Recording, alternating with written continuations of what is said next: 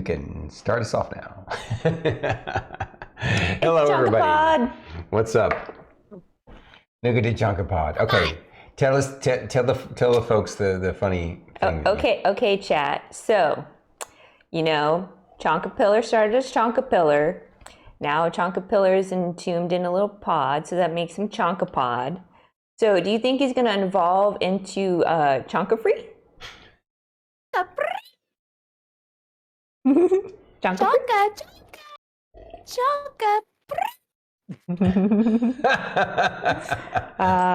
Me and my Pokemon references. I'm glad you like that idea, Jacob. I really like your leather bag there, dude. It's a giant Dragon Ball sack. It's got a bunch of dice in it. Two of them. Wow. Okay. Yeah. So were those? They were harvested from the massive giants that got castrated.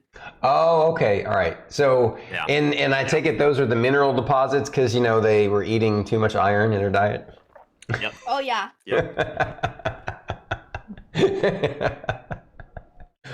Poor castrated dragon. No, you're right. Dragon balls would be twice that size. It was giant balls for sure. Giant testes. What a way to start. I thought this was supposed to be a family-friendly stream. We are now catering to the teenage boy sense of humor right now. So, I mean, teenage boys are parts of families, right? I'm done. I'm just gonna drink my coffee.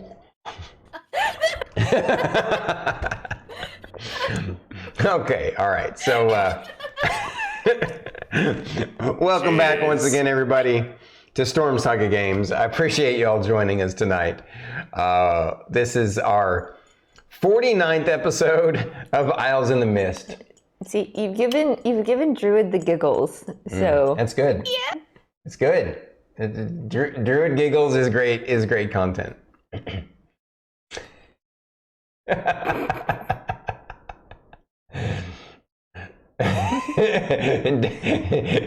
Defecating Aries is here, so it's right up. I was rolling my eyes as soon as Stormy said that. I was like, oh my god. No, he didn't go there. Well, he was saying he said he was desiccating the corpses, which actually he meant to say desecrating, which I found that desiccating was hilarious. And so I couldn't help myself. It naturally progressed to defecating the corpses.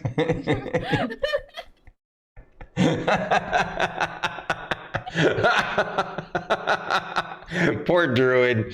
I'm just gonna sit here and drink my coffee. All right. No, seriously, everybody. Lorkris cast silence.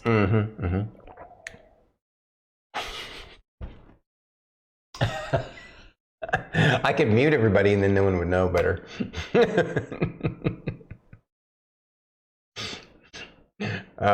My typos can make for some great humor.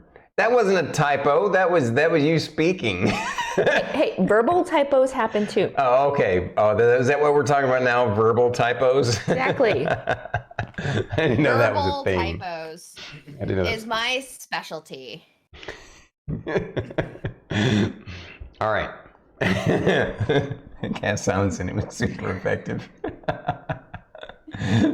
All right, guys. Seriously, though, I appreciate everybody for joining us for our 49th episode of Isles in the Mist Dungeons & Dragons campaign. I am your host, StormyD, and I am the Dungeon Master and NPC dude. Rylar is the main NPC that I play, who is a cleric of goo. And right over here, we have Starkitty, who's itching to say something interesting. Interesting.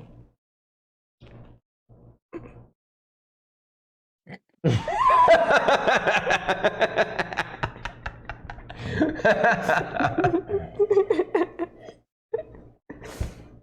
had to remind everybody who Goo was. Sorry, carry on. Did I say something interesting? You did. Yes, you did. Banana Tom's like, dang, time difference. Aries is going, har. Yep.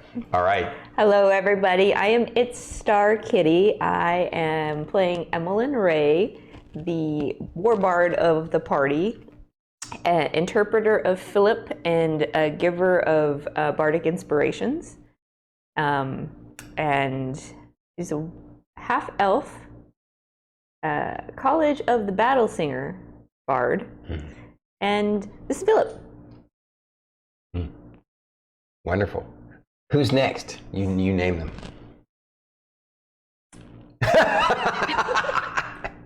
How about you guys rock, paper, scissors? I don't know.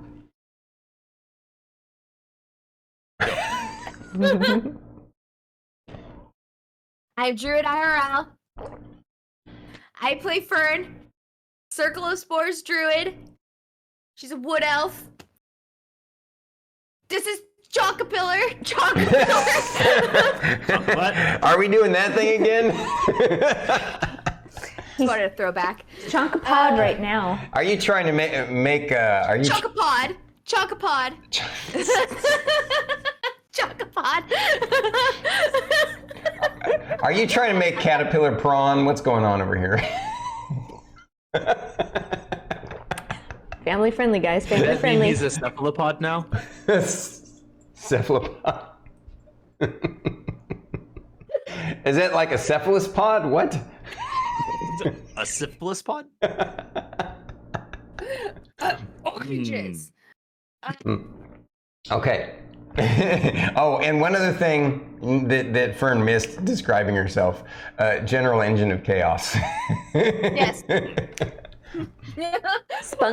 A spunky, no filter wood elf. I like that. I like that. Funky, no filtered wood elf. Yeah. That's how I described your character in Stormy's chat earlier this week when we were talking to a new chatter. Was it IROC? Yeah, Yep. the IROC. I was like, yep, she's a spunky little wood elf with no filter. I hope IROC makes it tonight. I hope he's already here, but we'll enjoy it if he can make it at all. He's on later, so. And then sliding right over there with the crown on his head there. Oh, the beauty queen wave, huh? It's not very beautiful, okay? Well, Okay, remember, okay, it's okay, elbow, so my elbow, name wrist, wipe a tear, blow a kiss. It embarrasses me that you know that. Oh, hello everybody. I know lots of things, apparently. You do. I don't. I know what a brownie tastes like. What about a special brownie? I thought this was a family friendly. It was special because it was made with love. Oh, okay. All right. No, it's special because it's made with But Andy's I am mints. extirpatefate, and I am playing Lorkris the Goliath, who is a Oathbreaker Paladin of Melora, and a Path to the Grave Cleric of Weejoss, Master of Size. In face palms? Yeah. Yeah, if there was a soundbite that's already been created that would exemplify Lorkris, it's the Onion Knight from Dark Souls 3. I love it. I'm gonna have to get that one now for the stream. You got to get that one for your stream too. That'd be awesome. Yeah, I'll find it. I gotta find some more Praise the Sun stuff. Absolutely. Absolument. All right. Banana Tom, what episode are you on? Yeah. 49. No, what episode on YouTube is he on? Right now he's on episode 49. Oh, true. True. But he was sharing that he was late to this episode because he was actually watching the YouTube. Oh, 27. He's almost caught up to himself then. He's not far away from when he started watching it live. Hot dog. Nice. Well, we are honored by his patronage of our videos, our content, our creativity, and we love him dear, as we do all of you. Thank you for joining us tonight. And here's the recap. So basically, if you want to think of it like a long movie or a series, right? We're now moving into the third act of the entire series. It's kind of a big deal. The party members were on a special expedition with 2 other elite teams, and they were to investigate the teleportation nodes that are underground, the arcane teleportation nodes underground. And they did that. They did so. And during their investigation, they were shocked to discover some strange, magically disguised being who didn't identify himself directly, but did say that he was a representative of something or someone or some group or whatever, something called the Triumvirate. And that he was willing to negotiate with the people of Misty City as long as the other adventuring teams effectively murdered Lorkris and his team and gave them Lorkris's body. So for some reason, this Triumvirate wants the literal head of Lorkris in a dead state. They want him unalive. And they want to unalive him.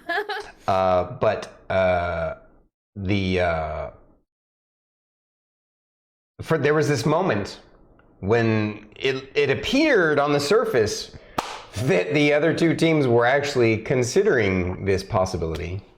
I see the little skull cap. Nice. They were considering this possibility, but it turns out they weren't. It wasn't even ever on their radar as a possibility.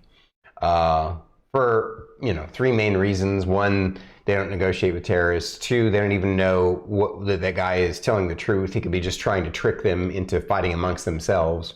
And 3, adventurers, there's an unwritten code amongst adventurers that you back other adventurers, because you never know when your back is going to be up against the wall and you're going to need the support of another adventurer. So that's why they attempted to capture this strange teleporting diplomat. And unfortunately it did fail. It did not work. The guy got away, but it definitely was a kind of shocking revelation to the Loam Riders and Steel Dawn teams that, wow, sure enough, there is some sort of undead nation, and they, not only that, but for some reason they're specifically targeting Lorkris and the Relic Hunters. Right? The reckless Relic Hunters. They want them gone. They want Lorkris. They want the rest of us dead. Yeah. And so that was where we left off last time. And that's the gist of it. So now what I'm going to do is roll randomly, and folks are going to tell me, or tell us, share with us, what stood out to their character the most during that entire encounter, and or anything else that happened that last week. Starting with Fern.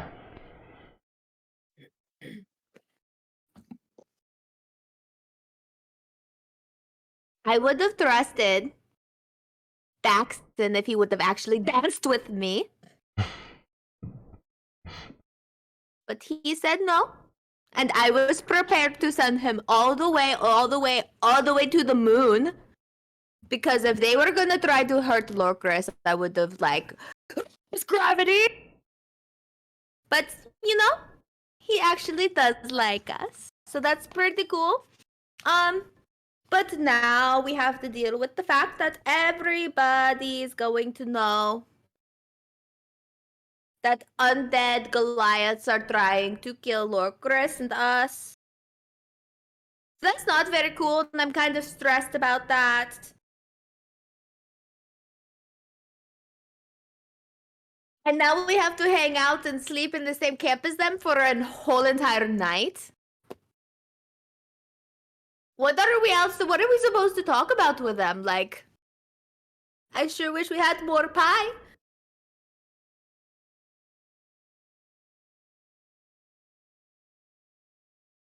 Hmm. Well said. Anything else, Fern? Yeah, but I would be here for like another hour. Okay. So that's no more that you want to add, though? Okay. All right.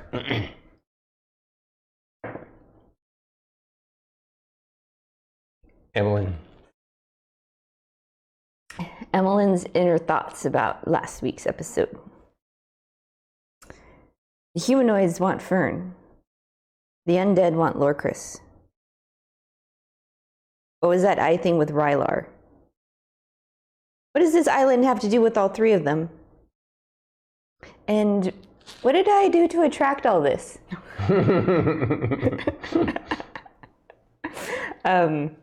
Yeah, there's definitely a lot to figure out. Yes, that eye. That eye. Great drawing. There's a lot of unanswered questions. Philip's just as confused as I am. What's going on? What are we supposed to do? How are we going to tell Jocko that this triumvirate wants all of us dead? And do we make our way back to Misty City? Gotcha. Anything else to add? Nope. All right. Philip says hi. Oh, that little Hi, bit. Philip. Lorkris. Hey, Spud. Oh, by the way, before you go, Lorkris, Aries, Mr. Jocko didn't get fired. It's individual team names amongst the guild. They decided on Reckless Relic Hunters actually as an homage to honor Mr. Jocko. Yeah, I sure know how to pick my adventures. I didn't interview them properly now, did I? Yeah. But I suspect that even though she may be wondering this thing, I'm sure on the other side of it, it's just like she wouldn't change it for the world and has zero regrets about it. I mean, they're the first people that believe her that Philip exists, so. Yep. All right. Lorkris, please.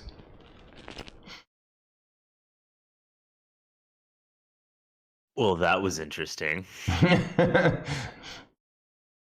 I'm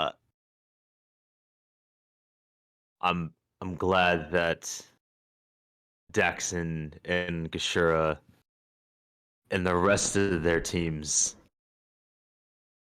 did not take him up on that offer, because they were already hard enough to fight, let alone together. I don't think we should go home anymore. Strangely, home doesn't seem safe.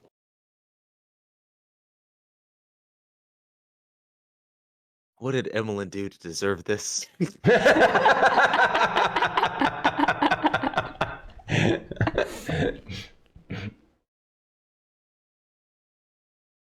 Whoa. We lost I Jocko. hit the mute button. Nope, that was my bad. Oh, okay. I accidentally hit the button. Okay. Lorkris is just white knuckling his glaive, just just had like way too many cups of coffee, and is just like extremely on edge right now.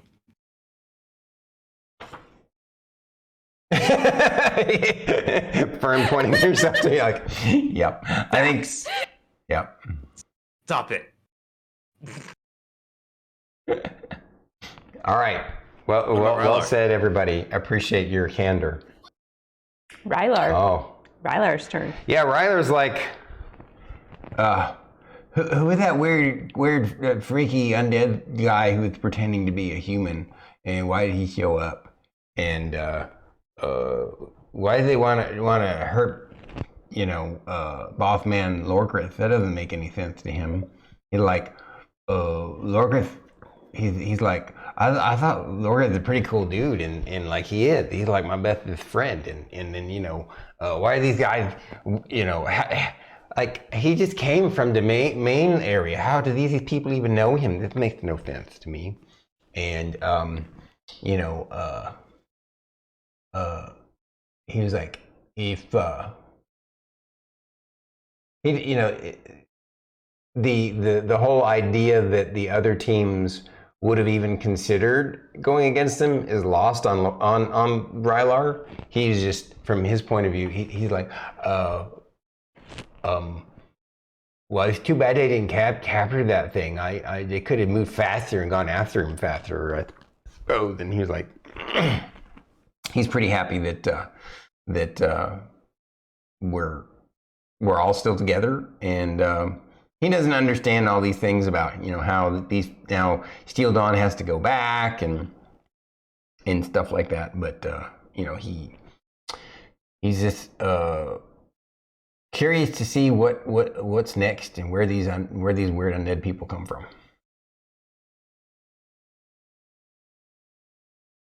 I have a player question. Yes, I see. What's the player question? My player question. Your player question. What is it?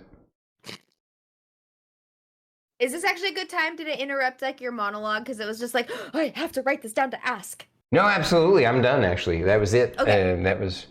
Yep. Hypothetically, Mm-hmm. even though Fern didn't see his true form, could she still technically scry on him? Is that a thing? Let me read Scry. There's a part of me that feels that you would look for the visual that you saw, not. Yeah, because I firsthand I've met the target. That's a good question. Am I reading that? It's a +0 for first hand. Yeah.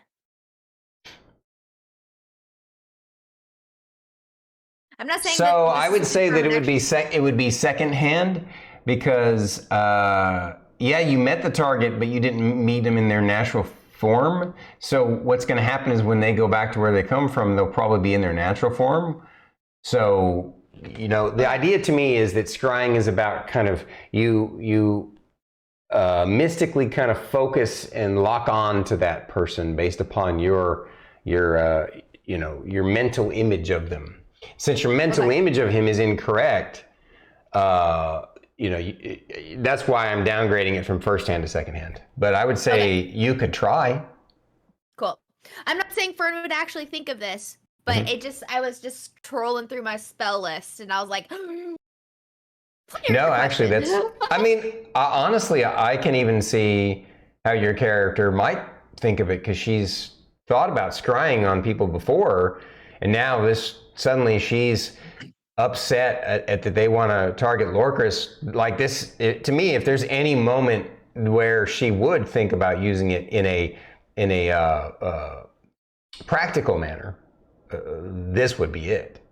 Okay. So you're not going to be breaking your character for that if that's what you decide you want to do. And it's so good to see you, Taylor Lord, by the way.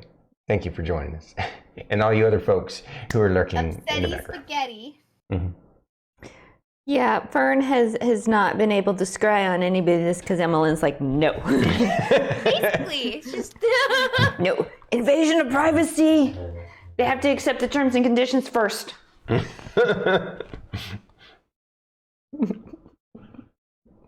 Okay, so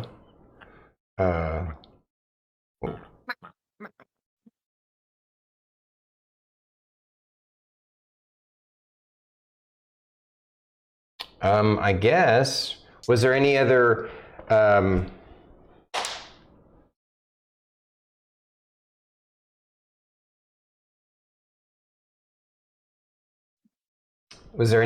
questions out of character you guys have or anything?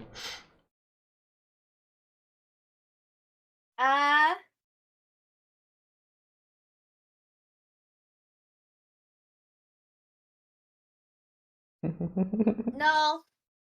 Okay. All right. Well, I think this is time we get into the adventure, guys. I really want to thank you one more time for joining us tonight for episode 49 of D&D. And we're going to go chat dark, but we love you guys, and we'll see you at intermission. And let's see what happens tonight. I did the banana Tom. Okay. All right. So it is still that evening, and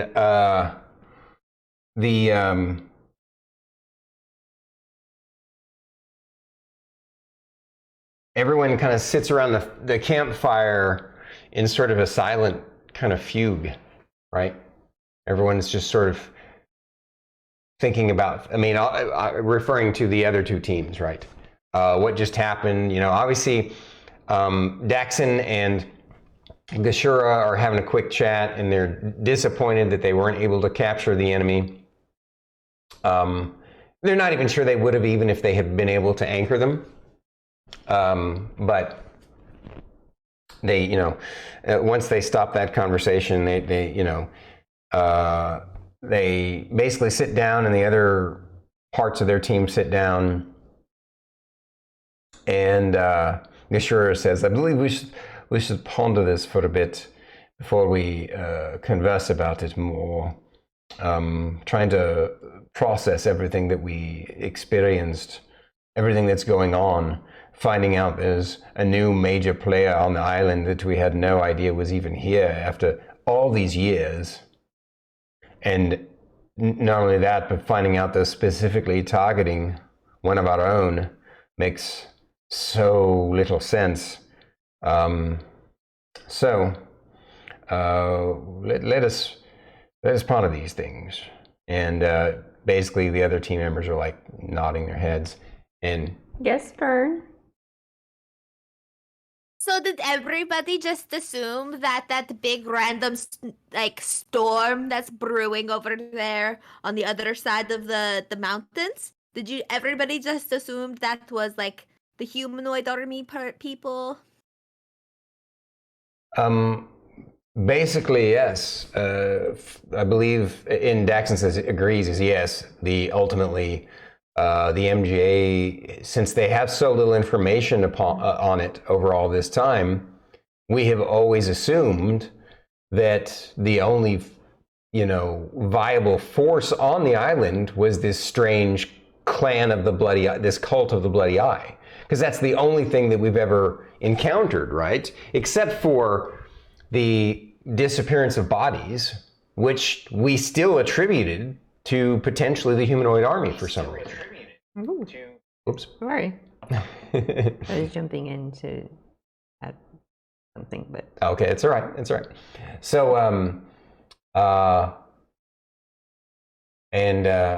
by the way, thank you. Oh my gosh, I'm honored. Can I just give a quick shout out to Angry Angel? Absolutely. Angry Angel we'll go chat live again. Angry Angel, wow. Angry Angel, thank you so much. Angry Angel just made it to affiliate. Whoa. Ooh. Congratulations, Angry Angel. That's a big deal. That's awesome. That's phenomenal. What's up? Can we check the stream title for a second? Is there something wrong with stream title?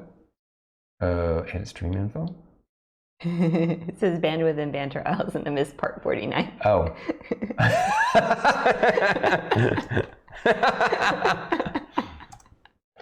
I was pulling it up on my phone, and I was like, wait, why does it say bandwidth and banter?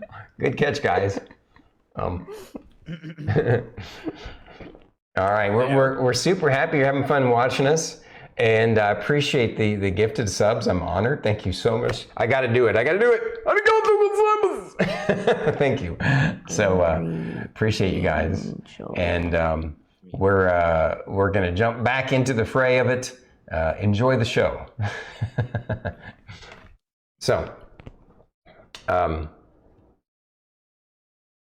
And Gashura and some of the other folks within those teams basically echo what Daxon is saying.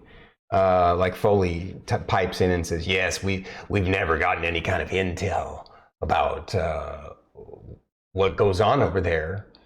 In fact, we, being the number one team for quite some time, have had access to the most top secret data on everything that was known, and there's a reason why some of those platinum quests, they were kind of vague up there on the quest board, were what they were, because we were operating on so little info. And again, very few people even knew that bodies were disappearing over the years, because it wasn't happening very often. And we believe that there were probably instances where it happened and it wasn't even reported, because sometimes some colonist, maybe they had someone die, natural causes or of accidents, and they would have buried the bodies quickly. And in the long run, though, who knows how many of them have been taken without being reported. But there wasn't enough information to go on. So in the long run, there was no reason to think there was some sort of, obviously on the map, we saw that there was it's, from what I understand, the only reason why we have on the map, and he brings it out, the Gloom Spire Crag, it looks like on the map is some sort of castle, fortress, keep, something or other, and then also over in the Frostcairn ruins. Right. In those ruins, we know only because in the brief instances when they were using any kind of magical flight or scrying, they got glimpses. So scrying works only limited in that area of the island, and only when you get close. And so it's really, there's something about the wind barrier on that side of the island that that really obscures things to a great degree. And from what I understand, they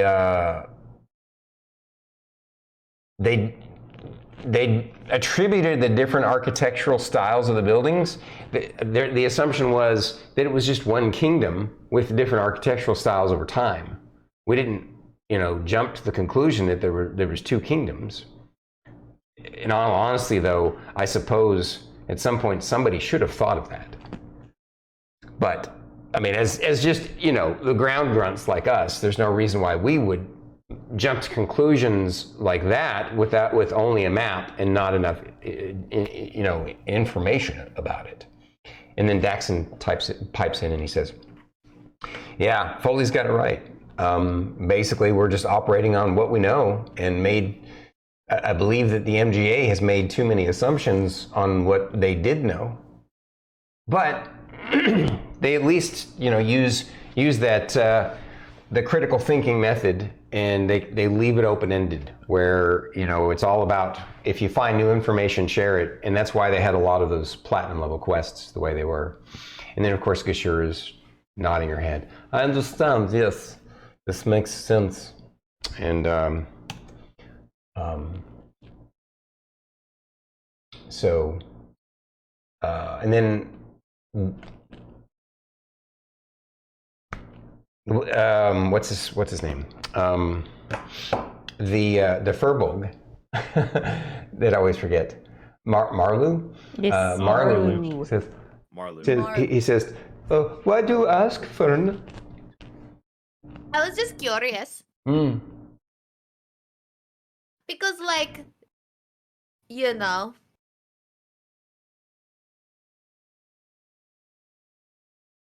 because everybody, all of the humanoid army and stuff were mostly coming from the Geldofian mines.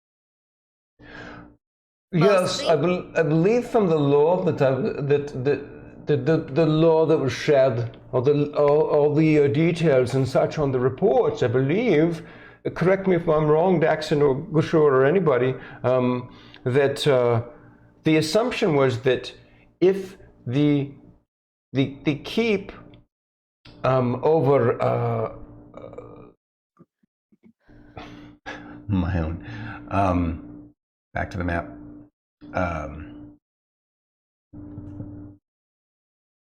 The keep of the Gloomspire Crag was probably just an empty ruin, an ancient ruin, was the thought.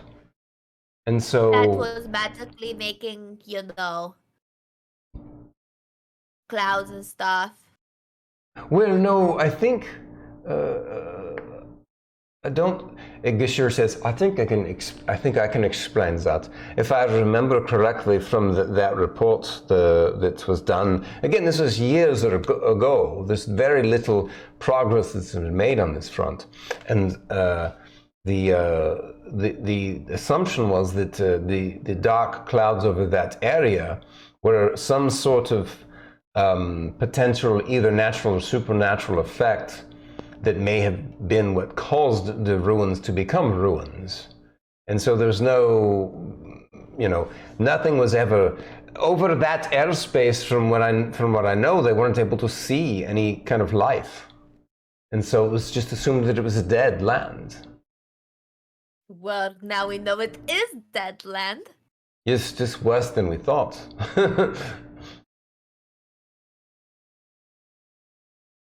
That's true. Do you all have any idea why they seem to be targeting Lorkris and not? I mean, I understand that we believe that these people from the Triumvirate are some sort of ancient Goliath race, but then why would they only focus on Lorkris and not also Mu, who is right here as well? Different clans, I'm guessing. His eyes are glowing. He worships Ouijas, who's like, I don't like undead things. But how would they know that? His eyes are glowing. Well, we didn't know that he worshipped Ouijas by his eyes glowing. But you're not undead, though, are you? No, you make a good point. Fern, I don't think it really has anything to do with him being a cleric or a paladin. I think it's more with his ancestry and heritage. You're probably right. Jackson says, well, how would they even know the ancestry and heritage? And how did they even know? I mean, how do they differentiate him and your group from any other adventuring group? Well, we've been out and about, and if they've got these teleportation circles, there's probably other ways that they've been keeping an eye on areas too, like scrying, for instance. And Gishur says, yes, that's a good point. Maybe, I think we discussed this briefly earlier. Right, maybe they have the capacity to scry on the teleportation clusters. And they have a range around them. It's possible. Lorkris? I mean, we have come intimately close with them before. We killed a couple. That may have been the first time they had noticed when we ran into them the first time. Roll me a, was it bluff? I mean, a Deception check. Deception, yeah. For folks watching, she's rolling a deception check because the party members know that that's not the case. The first time they met these undead folks and defeated their little force, they were already at that time targeting Lorkris. And they called him a usurper and a false prophet. But they have kept that to themselves because they don't want to become the center of attention for the MGA and stuff. They want to figure this mystery out themselves, which is understandable. So That's a 30. Okay. Yeah. Let me roll for. Yeah, they all like you smoothly played that off. They all bought that. But Fern is kind of. Fern's just like. Rylar says, I got something to say. I don't think we're gonna figure it out just by sitting here talking about it. You're right, Rylar. You are right. But I think that we can only get continue on like Daxton said earlier. We're gonna get on and get in action and do stuff, and then we'll maybe figure this stuff out. Oh yes, I'm going to be poring over previous reports. I'm probably going to go Lorkris a little bit more about his heritage, figure these things out. Daxton and Gashura, they nod their head. Yes, it's wise. We trust that you all are as curious about this, if not more so, obviously, since it's his life at stake, than we are. So we trust that if it's pertinent and important to the MGA and the people of the city, that you'll share whatever you find out. Oh, and, yes. It's very important to myself and Philip that Lorkris lives. Some of the folks on the other teams are like, and then they kind of look at each other. What the half-orc guy? What's his name? His name. But the half-orc guy. He's like, oh, who's Philip? I don't know anybody named Philip here. And then I'm like, one of his team members like, remember, it's her friend, the one that people can't see. And the half-orc scratches his head for a second. He's like, oh yeah, that one. Okay, yeah. The one we're not supposed to talk about, right? Right, that one. Sorry, Emillynn. Philip's right here. That boom. It's the half-orc. Fern crosses her arms and stares at him. He kind of like he looks. he looks intimidated by Fern. Sorry. Huh? You have to say sorry to Philip now. You have to look him into his eyes and say, I'm sorry. Philip's looking right at you. Oh. Some of his other team members nod at him. And he's like, sorry. Philip accepts your apology. I'm pretty sure that's a lie, Miss Ray. Well, I can tell by how you said it. Wow. But it is okay. Philip is just saying that he's real and Emillynn can see him, so he's real. And Rylar says, and it's very special that you all even know about Philip. She usually doesn't share about him with anybody else but us. So true. And Gashura says, well, thank you for honoring us, little lady. Yeah, we appreciate it. And Daxton is like, he just shrugs. So look, yep. And the Furbolg is like, we understand that sometimes we must understand each other's eccentricities, yes? We're all different and special, right? You are right there, Marlu. You are right. You still not like me, Marlu? Oh, I never disliked you, little Fern. You just are scary. Yes, you don't want to make this one angry.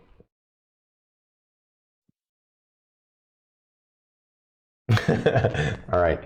And so Daxton says, well, all right, I guess it's time for us to start. Let's bed down for the night. We'll go by the regular watches that we set up and get some sleep. I'm sure you all have some discussions that you all want to have. Feel free to break off, and have those discussions And Gishore and I will confer, and when you all are ready, you can come confer with us as well, Ray.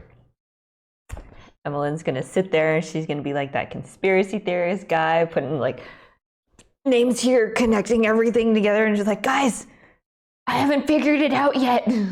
Oh, you mean when you go off to the four of you chat together? Okay. So the four of you go off and separate? Yeah. Emillynn grabs Rylar's helmet, like the tinfoil hat. Mm-hmm. Yep. So give that back. All right. So the four of you split off from the other two groups briefly, kind of. We're not that far from the water, are we? I know, like. Correct. You're not too far. You guys yeah. can walk down to the shoreline if you want to. I'd imagine that makes the most amount of sense. Mm-hmm. Moving. Of course, it's dark now. The sun has gone down completely now, and the moon is starting to come out. So it's a pretty night, nice and cool. Walking by the shoreline with the moon, the moonlight glinting off the water of the lake, the trees kind of lightly blowing in the breeze, and Fern wanting to say something super bad. Hey, Miss Ray. Yes, Fern. I know that you told me that I shouldn't scry on people. Mm-hmm. But do you think this is an appropriate time for me to do that? Rylar's like, you want to scry on the leaders of the other two groups? No. Talking about the undead guy. Oh. Try to do that. And why would I can you do think? it tomorrow. Why would you think this is a good idea, Fern? They already know we're camping here. Yes. Why is this not a good idea? Rylar's asking. Because there's the possibility she could fail. What happens if she fails? We don't get any information. Oh well. We already don't have any information. I don't know. Is there a negative negative, what do they call it, concordance, confidence? Consequence? Yeah, that word. Is there a negative of one of those things for if we don't, or if we fail, or Let me consult the spell. I don't know it very well. Oh, all right. Page 273.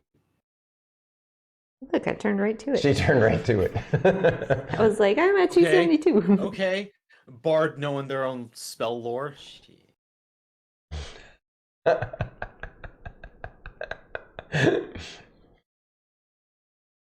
Oh.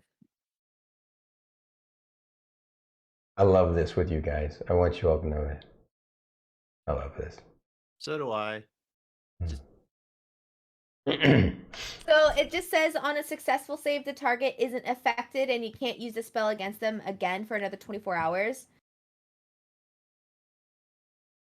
And then on a failed save, the spell creates an invisible sensor within 10 feet of the target. You can see and hear through that sensor as if you were there. A creature that can see invisible objects can see the sensor. But it doesn't say anything. I don't think it means that if I try to scry on him and it doesn't work, well, no. Well, they'll know that somebody was trying to scry on them. Yeah, let me see. Let me make sure if that's the way I interpret it. You may be right. I mean, if they have to make a will save, then... Yeah. I mean, I can definitely see the argument. I mean, unless you're scrying on an area, then... You can see and hear a particular creature you choose is on the same plane of existence as you. The target must make a wisdom saving throw, which is modified by how well you know the target and the sort of physical connection you have to it. If a target knows you're casting the spell, it can fail the saving throw voluntarily if it wants to be observed. I guess if they're a exhibitionist. On a successful save, the target isn't affected, and you can't use this spell against it again for 24 hours. On a failed save, the spell creates blah, blah, blah, blah. instead of targeting a creature, you can choose a location you have seen before as the target of the spell. When you do, the sensor appears at the location and doesn't move. Yeah, I gotta admit that I the way we've always interpreted it in our campaigns, both 3.5 and 5th Ed, is that if you scry on somebody and it fails, then they do know that you have scryed on them. Now, would it be that they know who specifically, or that they know that somebody was trying to scry on them? That last part. Okay. And given current context, it wouldn't be a wild guess to go, it's probably them. However, there's no 100% guarantee that it was us that did that. Correct. Above table. I mean, they're pretty sure they're gonna know that we're gonna try to figure out where they are. They're gonna try to figure out where we are, and we're both gonna be trying to like do the things, you know. So might as well use all of our tools and stuff. How confident are you, Fern? Because, you know, he did come in with a glamour. We also know what they look like when they're not glamored. Did they all look the Because same? I mean, they look. They look various sizes and shapes of Goliath skeletons, so they look really similar. Sure, yeah. I mean, Dark charcoal gray, almost black skeletons. Yeah. I know that the sword may not have been that one's, but it is an item of. How do I say it? Like of their possessions and stuff. Yeah. But you know, so like I do know that it's a glamour. I know I have a vague idea of what they would look like if he wasn't. Would this help? Would I know spell wise, possession or garment helps aid the scrying spell. I know the sword technically isn't that individual's sword, but would that lead to any aid potentially? And Rylar could also draw a picture. Now, Draw a picture of. oh, what he looked like, because Rylar saw through it. Oh, yeah, I'm assuming your character said that out loud, right? We're actually having this conversation as a roleplay, yeah. Although some of it is obviously out of character asking if it would, yeah. Rylar says, oh, yeah, I guess it would be kind of a weird picture because the way I saw him with, with the underneath kind of, and then the fake side kind of like transparently hovering over, but I suppose I could try and like draw that out of it. Yeah, I could do that. It'd give me like probably about 10 minutes. I could probably do that. I mean, we could try it. So out of character, what I'll say is that I'm not going to guarantee that the sword or the drawing will make a difference. 100%. You won't know. You'll know based upon whether they fail or succeed. I feel it makes sense to at least try that. Like, not to mention, you do have to worry about that kind of anti-magic barrier. They have not been successful scrying. Though they may not have had the same intent that we do. So it could be all for naught. But yeah, would rather try than not try. We can do it. I can't do it today. I could do it tomorrow. We can think about it. Oh, Rylar, I have a question. Yes, Rylar. So,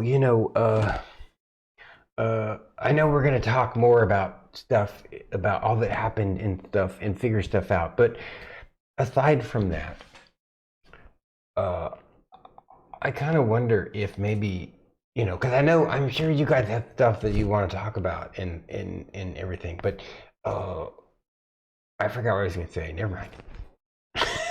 It's okay, Rylar. If you remember, just say it. Okay? Okay.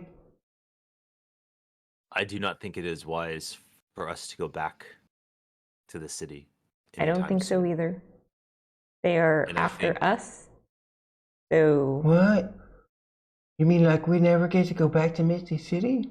well, we'll get to go back once we figure out what's going on with this undead threat. Okay. Well, as long as I'm with you guys, I don't care. I mean, I miss Misty City, but I would miss you guys more than anything in the world. I think we should write a note for Jocko. Oh, I was Explaining planning our decision. on writing Yeah. writing a lovely letter report to Mr. Jocko. Of just what happened now. Yes. So, I remember now what I was gonna say. Yes, Rylar. I wonder if maybe instead of waiting till the morning when they go their ways and stuff, if we should press on tonight.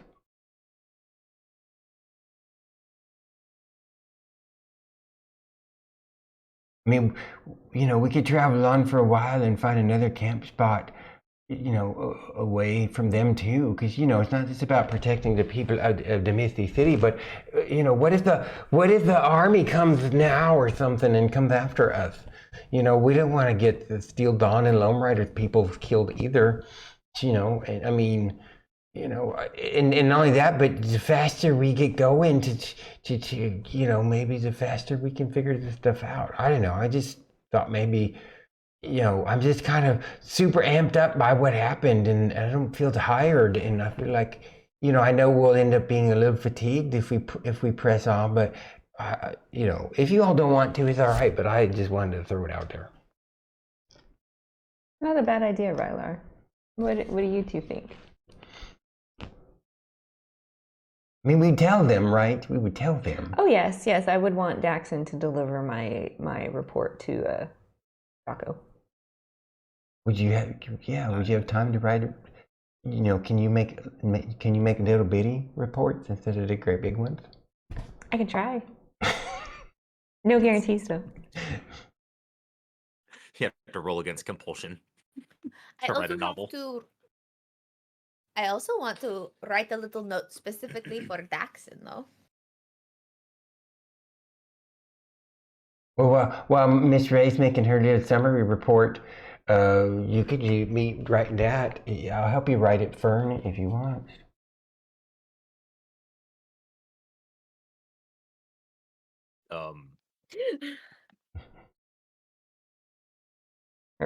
Her letter is Daxon. Next time. He's trying to think of something he forgot. No, you're good. Go ahead. Next time, I'm dance now with laughing me. at Druid because she's a monster. Well, show us you're laughing at anybody else Druid. right now. Go away. right over here. Go ahead, Starkitty. You're good. I got it.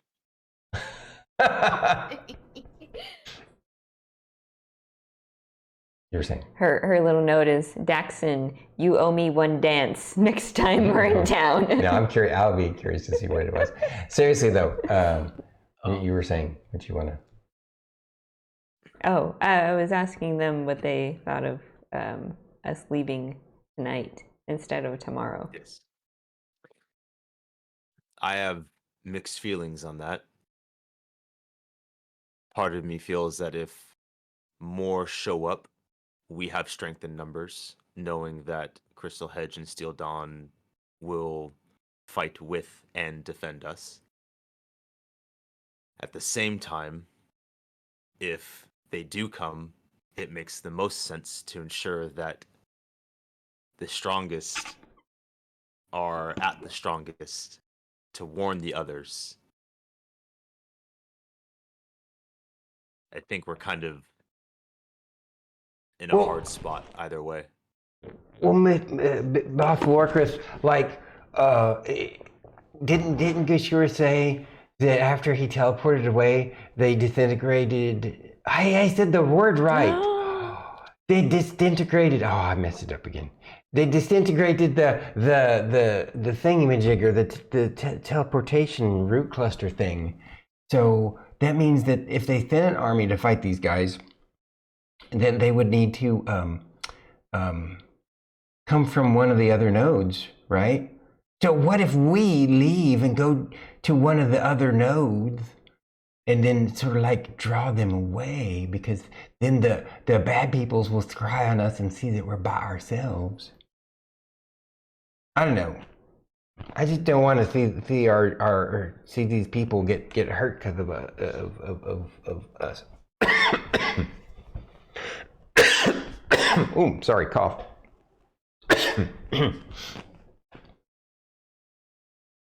Fern, what do you think? She's got the giggles from something she I'm wrote. just gonna tell you right now, everybody, this is over the table, breaking fourth wall. When you look at this handwriting, I'm gonna tell you right now, it's not dissimilar to natural handwriting. At least to me. Actual handwriting is Yes. nicer than this. It doesn't mean it's legible, but it looks nicer. Fair enough. Go ahead. Show the people. No, I'm not going to show the people right now. Show the people Fern's note, please. I can't be the only one to see this. What is okay? Yeah, that is some chicken scratch poxin. All right, so read it to us because it's not easy for us to read it out. Yeah. I wrote it with my hand, like the pen, like this. I'm impressed that you could do that. I don't know if I could do that. It was very difficult. Mm-hmm. So it says, Zaxxon, when you deliver the letter to Draco, please go talk to the three in my garden and tell it to tell the three at the tower to tell me you guys are okay.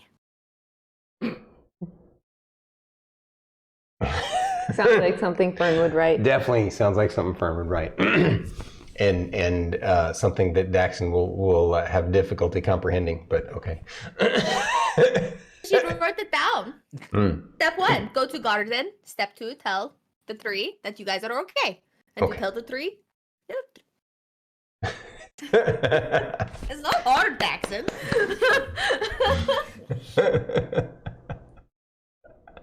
Love it. Thank you, Druid. All right, we're back to the deciding on. Well, based on Fern's note, it sounds like he's okay with us leaving tonight. Yeah, we should probably go. We should probably try to get to our thing as soon as possible. For sure.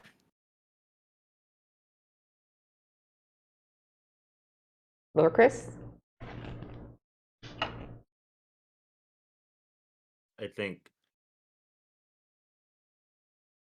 I mean, if we go, we should go sooner than later. Even if we're just a couple hours away. All right. Let me sit here and write a report.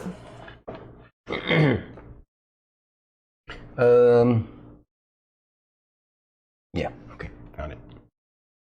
I wrote cliff notes, so it's only 3 pages. Wow. Actually, it's probably more like an outline, but yeah.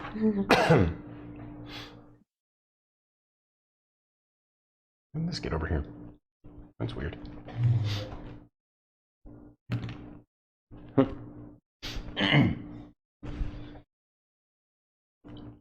Okay. So it sounds like you all, this is out of character, it sounds like you all have come to a consensus that you want to leave tonight and that you don't want to go back to Misty City until you want to stay out in the field until you figured this out. Or at least that's the current plan. And Yes. You're going to continue on with your mission, right? And Yep. I think that making a note that if we come, not that we'd come back, but if we are within range of communication to be able to send correspondence back and forth, that we'll let you know when we're within range to be able to communicate, whether that be you gotta travel 2 days out into the woods, but you know where you can communicate with us. Yeah, well, I mean, For where updates. we're going is going to take us past the tower, so if I need to relay anything else, I can just be like, Next time you guys go back to Misty City, please relay this. Rylar goes, ooh. Yes, Rylar? Do we really want to stop by the tower? I mean, I know we kind of promised that stinky old man, but he you know, won't we kind of be putting them into crosshairs?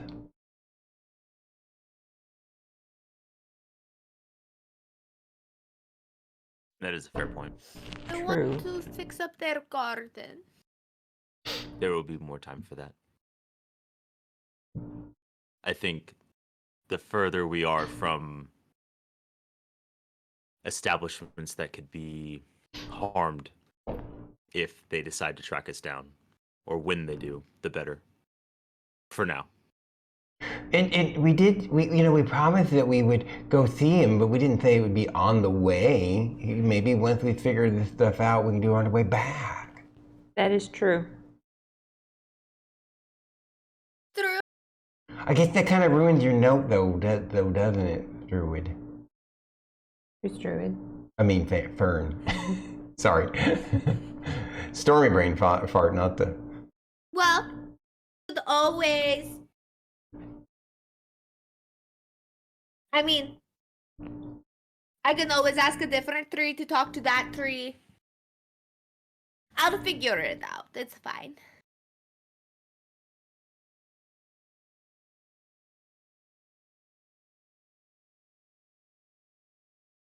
Are you sure? I mean, I guess we could also, if you just want to see the tree there, we could sneak in. And like sneak into their garden area and do a quick little like spruce.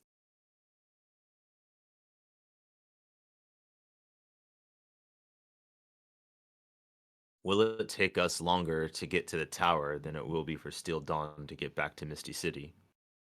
Let's look at the map. That's a good question. That wasn't Rylar, that was me. All right, so you guys are currently, basically in the center of the map, close to the center of the map, in between, you're just north of that lake, in between Rhinegold Colony and Nova Crux Village. So Steel Dawn would be basically, if they're going to obviously be double timing it. So they're going to straight shot it. It took you, 3 days to get here, right? I think so. Yeah. 2 or 3 days. Was it one? It was like one. Yeah, no, two. this is day 3. Is it? Okay. Yeah, because day 1 was at the bridge, and then we had one midway up, and then now we're at the top of the lake. So now if they straight shot it and they push their horses, which is their intent probably, they could easily do that trip in 2 days. Right? So you guys traveling up past the forest, past those hills where you had fought the hill giants, around the hills to the tower, it's probably about the same amount of time. Even if you leave tonight, you can probably make it to the tower before they make it back to Misty City. We may not even... What was that? Said we may not even receive the message. Oh, I see your point. Yeah. Like, if you make it to the tower first, then yeah. Now, what we could probably do if we want to check in would make more sense if we forego the tower. If we want to continue on with investigating the deep woods before the other grove, we could try to double back to the tower before heading east. Oh, Rylar's like, oh. So, out of character, just to clarify for myself, you're suggesting that you guys bypass it to the tower and go straight to the deep woods to check that out. And then when you're done with that, head south to the tower. And then that would allow them to have time to get back to Misty City. And time for the trees to relay information across, because we know that takes time. Yeah. So that would give hopefully plenty of time for that information to go there and come back. And as we circle around, we can check to go, they made it okay, and then we keep going.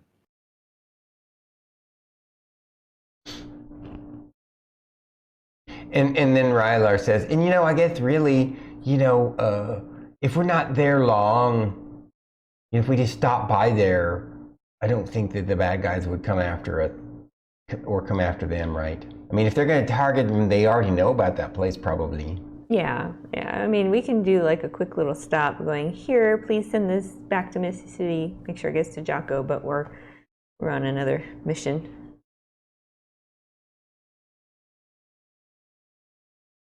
That way her note won't be a waste. Yes. I like that. Okay. So, out of character, is that the plan then? No, actually in character. I was like, okay, so that's what we're going to do? Yes. All right. I did write the PS on my thing. On my note.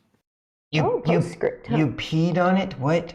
No, it's a postscript. It's like an afterthought. Oh, okay.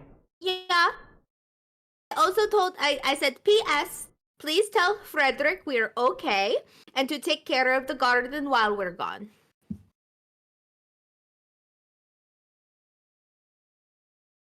All right.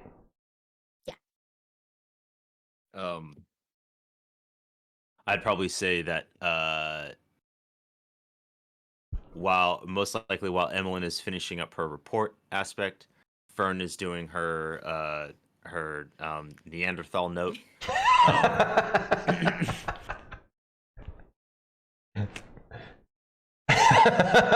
You would think it'd be Lorkris that had the handwriting like that, but nope. Lorkris will probably take that opportunity and try to meditate and try to reach out to Weejoss one more time before we head off, and ask the same question that he did at the Grove. Okay, I'll have you briefly role play that then, instead of telling me about it right now. All right. So then, all right. So now we're going to briefly role play. We'll say that you guys have written your note, you've written your report. We've gone back to the camp, and you're heading over to talk to Gashur and Daxon with the report and the note. And my report's going into a lovely scroll tube. So my note's kind of crumpled up. Okay. And there's dirt in it. Did you say it has bird poop in it? What? It has dirt. Oh, okay, dirt. All right. Probably contains some bird poop. Oh, when you open it up, like a bug flies out. Okay. He's just like, what? So as you approach, Gashur and Daxon look at you, and Daxon says, "Did you all have a good chat?" We did, and we've come to a conclusion. We're going to, in order to protect not only Misty City, but your two groups, we're leaving tonight and heading on our way to our mission. But since Daxon, you're heading back to the city, please deliver this report to Mr. Jocko about everything that happened tonight. It also includes in there that we've decided to move on and still pursue our mission that we were given. And Daxon, Fern has this note for you. For me? Yes. Oh, okay. This is really, really important, Daxon. I know you're probably going to scoff at it because it doesn't quite make sense and stuff, but it is really, really important to me, okay? All right. Gashur says, but darlings, why would you leave the safety of numbers with us? And Daxon says, actually, Gashur, I see why they're doing this, and to be honest, I would probably have my team do the same thing if I were in their shoes. And Gashur says, "Oh, why is that so? Why?"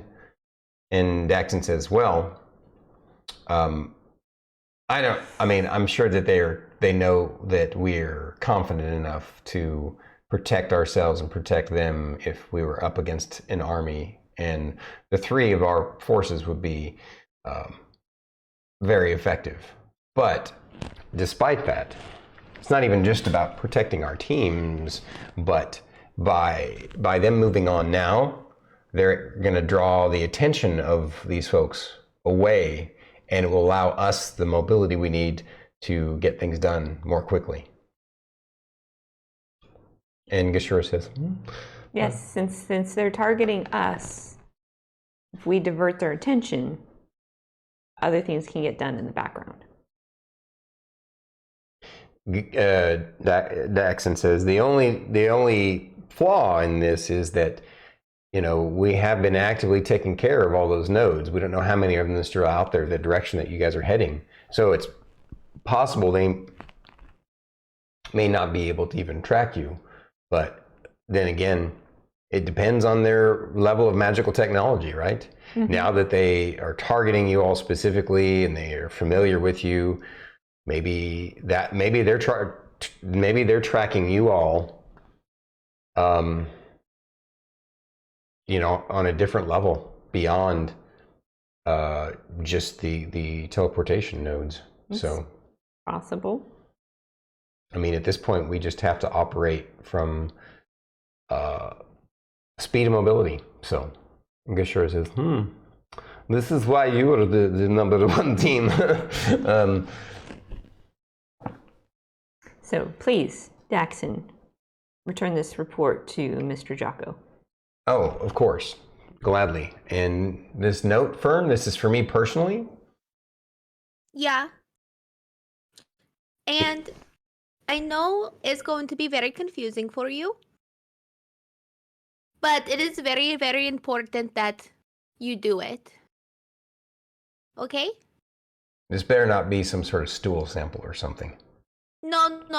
All right. He opens it up. But that would be very funny. He opens it up and a little fly flies off. All right. He's reading it.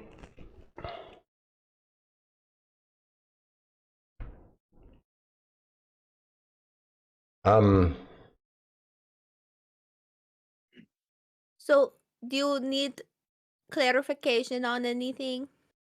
No, I think I get the gist of it. If this is important to you, I'm going to trust that there's a reason for it. So I'll get it done for you. It will make me feel good to know that you guys made it back there safely, okay?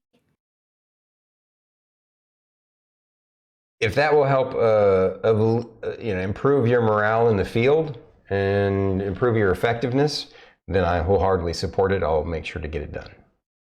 Also, I just want to see if I could make it work. I mean, that in and of itself is a good experiment too, right? Well, right. If it's all right with you, then I'm gonna get everybody together and let them know what your plan is, what we're going forward. So everyone gather around. He, has all the other team members gather around, and they're all curious, to see what's going on.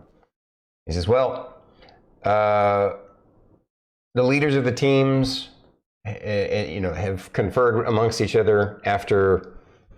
Reckless relic hunters have decided their next course of action.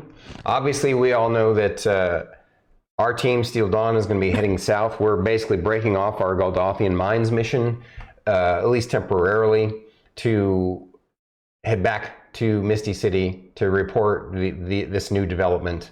It's obviously critical that we get it back as quickly as possible. We're going to leave first thing early in the morning, before the sun is even coming up. And we're going to do a straight shot push. So we anticipate getting back in 2 days. And Loam Riders, they're going to push on to their mission. They're going to meet up with Team 2 of Jocko's Relic Hunters, and who are going to escort them to the special Wyvern training facility. Just to let everybody know, Relic Hunters have decided on their own that they're going to actually press on tonight. Before it's partly because they want to, they don't want to put our lives at risk here in the field, but also strategically, it's about them drawing the attention of this triumvirate away from anybody else but themselves. They're going to basically be the bait. And they're going to do their best. Apparently, they have some potentially special communication network with the trees that I don't quite completely understand. And so they're going to try and test that out and make it work to be able to convey what's going on with them. And their intention is to press on with their mission, hopefully figure out what's going on. Although technically they're kind of moving away from the undead. They're also moving towards the, the humanoid forces, the clan of the Bloody Eye. So this might be an excellent delay tactic to, since they're going to be in the area that we suspect is likely the opposing force on this island, it's going to throw off the plans of whatever the triumvirate has, unless we're wrong and somehow or another the triumvirate is working with the humanoids. But that seems unlikely at this point. So, still lots to figure out, but we appreciate what they're doing in pressing on, and we wish them luck. Don't exhaust yourselves. Do you have anything else that you would like to add or ask us before you all go?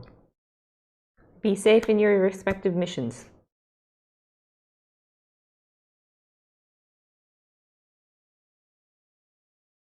All right. Fern? Don't forget that most horses really, really like apples. And, hug a tree. They all look at each other like, you can kind of tell they're like, okay. Also, trees are not offended if you pee on them. All right. They, again, kind of blank stares, Lorkris style stoic poker faces. Some better than others. You can laugh, it's funny. Now then they start cracking up. They didn't realize some of them didn't realize you were joking, so. I'm not joking, but it's funny. All right. With that, you all quickly break camp. And head Get your horses and head out. You're gonna basically push on into the evening. You have to decide how many hours you want to travel and how basically how far you want to get away from them. Bringing up, I guess you can see enough of the map, or do you need me to bring up the full map? Okay. It's fine. I take it, actually I'm going to bring it up just because I feel like that it'll be a little easier. If you're right at the northern tip of that lake, if you want to press on for one day, you could be we're basically at the base of those hills. Oh, where we stopped the giant camp? Yeah, you could technically be around the giant camp if you wanted to. Yeah. Like you could, check that area or, somewhere near it. Not exactly, but yeah. If that's what you all want to do. It does mean that when if you go all the way through into the evening, at that point, at the end of that evening forced march, you will have one level of exhaustion. But if you rest at that point, then you'll be okay. Yeah, I think that sounds like a good plan. Just for tonight. Mm-hmm. Okay. So, and this isn't a break. I just need to get something real quick. Go.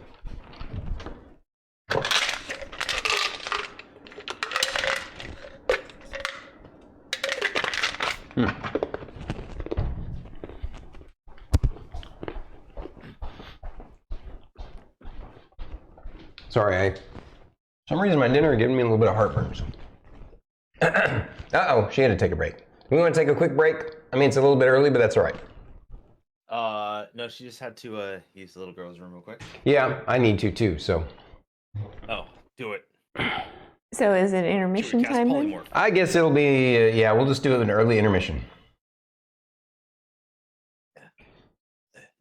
Hi guys, intermission time! I'll be right back.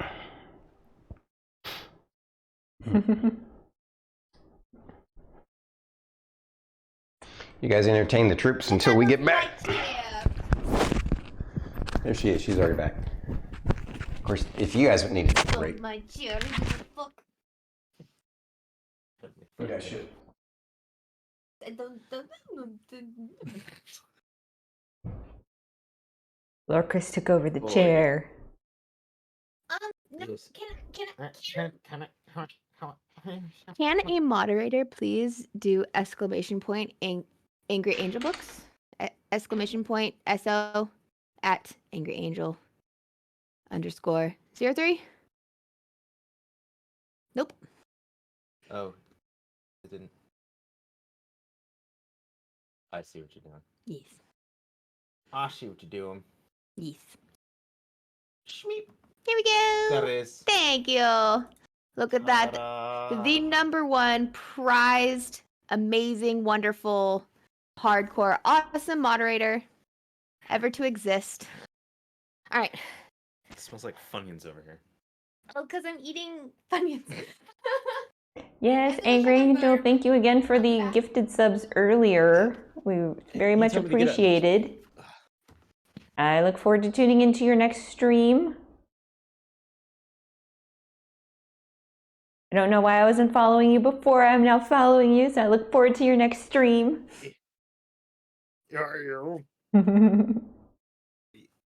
Like I look forward to everybody's streams. Mostly I lurk in people's streams. Oh, what time tomorrow are you streaming? Yeah. Ooh, that's a very interesting game. Hades. I was thinking about playing that. It looked interesting. Thinking about it. Oh, so that's 5 p.m. Central Time for us. Okay. Might be a little late into your stream because we do play D&D offline with another group of ours on Sunday. And we usually finish about 6 p.m. Central Time. What were you guys talking about? Oh, Angry Angel is streaming tomorrow because I was asking her when she was streaming. She's playing Hades tomorrow. Wow. Oh, yeah. Okay. I'll be back. I'm gonna go see what happened to Druid. Really, Banana Tom? Mage is easy mode on Diablo 4? Ooh. I have to follow you on Twitter now too. Oh, who on Twitter? Angry Angel. Oh, okay.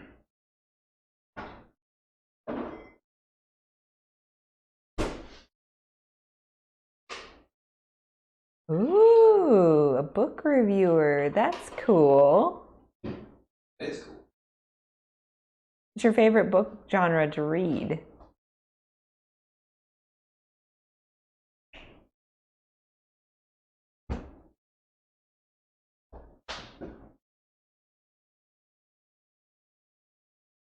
Nice, nice, nice.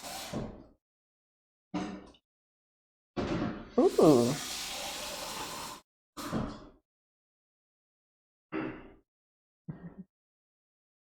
And Tom, you're having so much fun with Diablo 4, aren't you?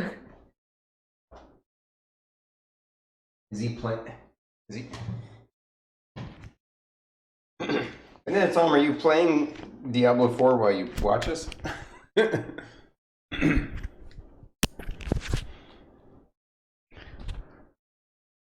Yeah, we were playing earlier.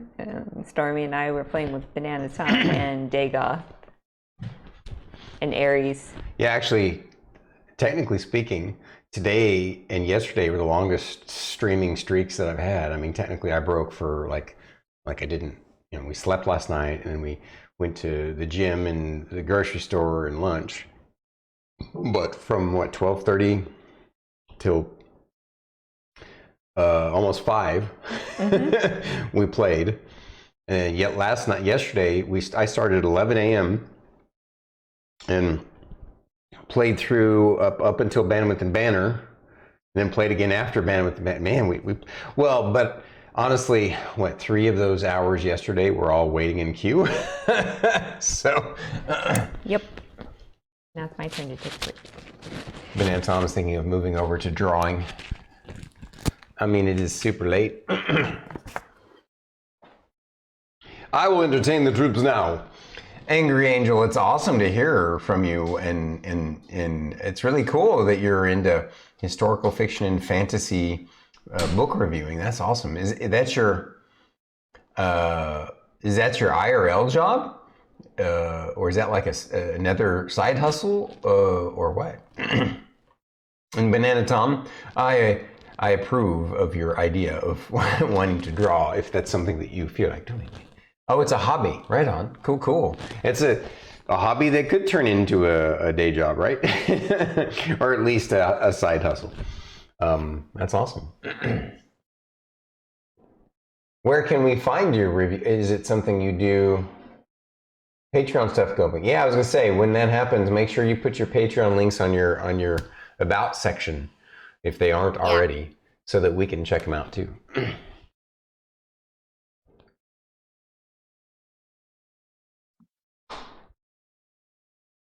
All right, on angryangelbooks.com. Right on. Yeah, definitely pin it in your about section so people could easily find it. That reminds me, I need to add Bandwidth and Banter's YouTube to my own about section. Oh, I'm making you some new banners. So oh, that's right. Don't worry. So don't worry. Okay. I can't I'll wait. make you one for Bandwidth and Banter. I can't wait. I know you've been busy. You've had lots going on between school and this and work and yeah. You're always mothering all the people at your job. Poor thing. I am the honorary big sister slash shister slash mother figure to a lot of my people at work.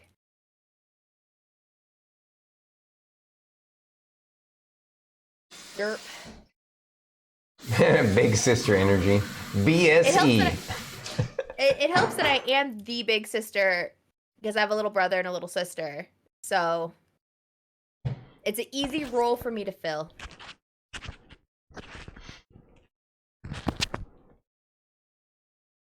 Being a big sister has its perks. I don't know what that's like. Okay. Being an older sibling has its perks. Don't know what that's like either. You're 1 minute younger. I'm the younger sibling. Yeah. Oh. Yeah. 1 minute younger.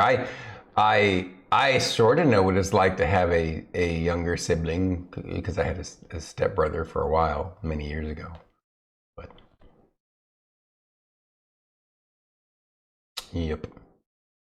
Yep. Okay.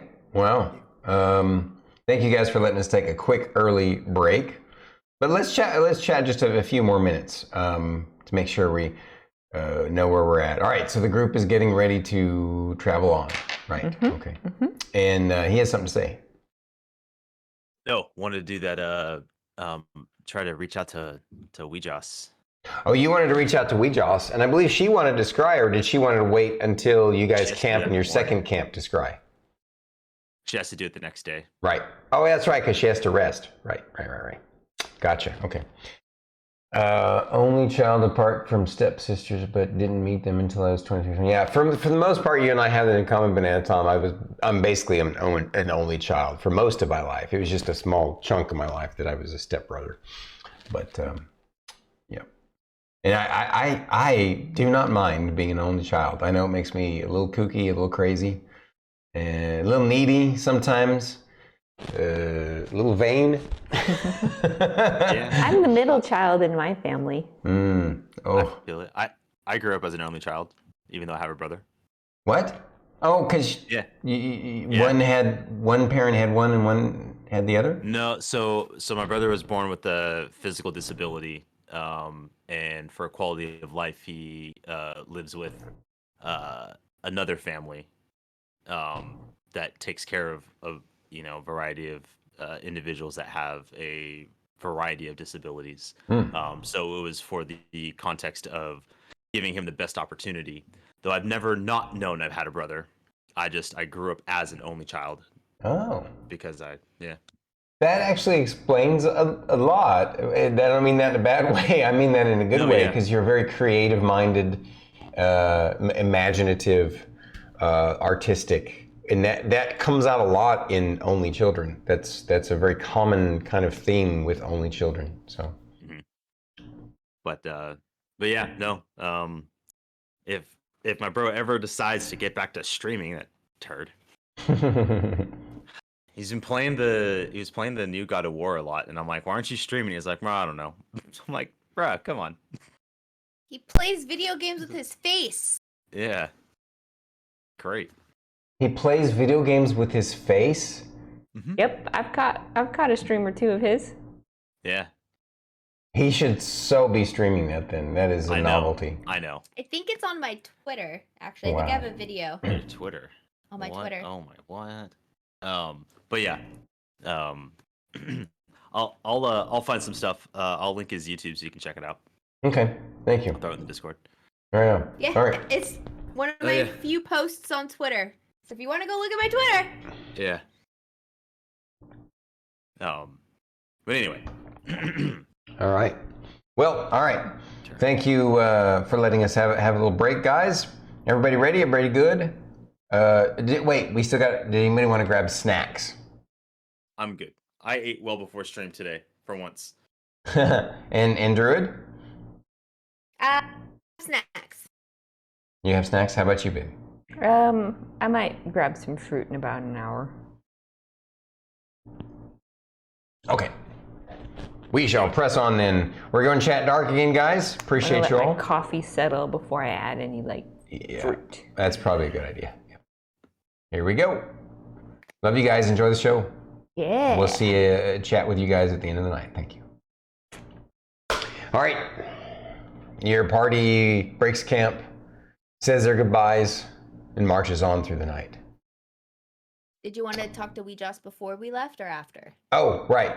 I'm sorry. Did you want to do that before you left, or Yeah. after? Okay. Yeah, I'd imagine while they were like conversing and like telling everybody the plan, like it was the perfect opportunity to do it.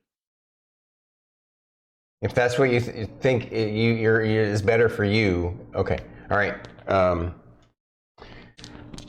right. So tell me what you do and what you say. So since we're over by the water, Mm-hmm. Lorkris will kind of get close to the water and look at himself in the reflection, given that it's a relatively calm, clear night. And as he sees the reflection of his green eyes, he kind of like meditates on that and focuses on that, and it pictures that green skull, that green flaming skull, and like imposing that image into himself to try to reach out to Weejoss. And in doing so, he The green flaming skull? Mm-hmm. What do you mean? The one that I've seen in my dreams. Oh, wow. Okay, refresh my memory. There were a couple of moments in dreams. Oh, yeah. Now I remember. Yeah. Gotcha. Yeah. Okay. Where he saw that flaming skull, and he's pulling that iconography from what he attributes his Weejoss communicating to him in those dream states, and Right. that connection of the eyes is what he kind of like hones in on.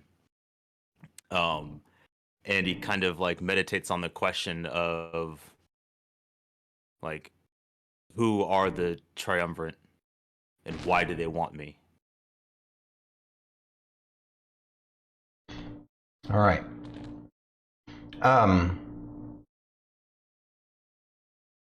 using your own image, your own reflection in the shoreline water, in the calmest part you could find, focusing your attention on the glowing green of your own eyes, almost imprinting the skull-like face on top of it in your vision, imagining it. You drift your mind into a state of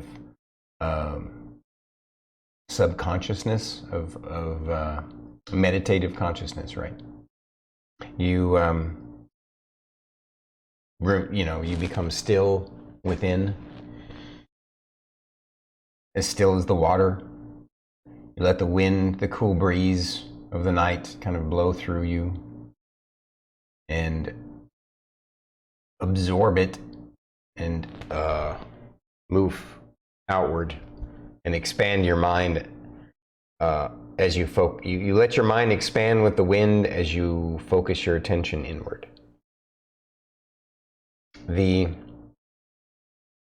Nothing happens at first. It's very quiet and dark, and I'm assuming that after you've made your focus that you eventually close your eyes just to listen. And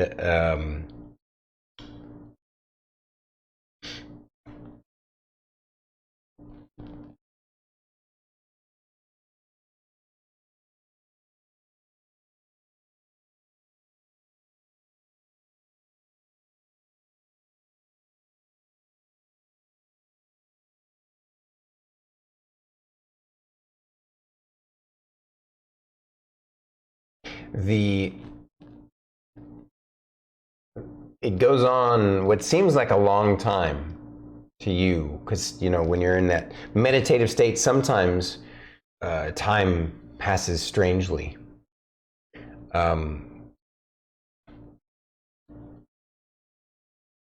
But soon you have a vision, and in the vision you're walking through a ruin. It's nighttime. It's dark overhead. You're walking through what you realize is a graveyard next to some castle in the distance. And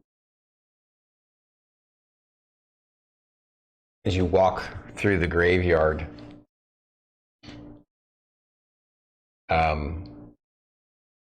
you see strange blue lights in the castle in the distance.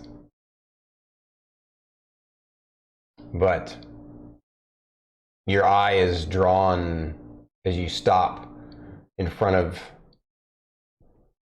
an outside stone sarcophagus, and it's partially ajar. It's like something has slightly pushed it open. There's an opening from where somebody has pushed the lid aside slightly, and there's a stone cross adorning it, marking it just beyond it, that's taller than it, and it's slightly crooked, like it's leaned over time. And you look inside the sarcophagus, and inside the sarcophagus you're expecting to see something there, but it's empty. And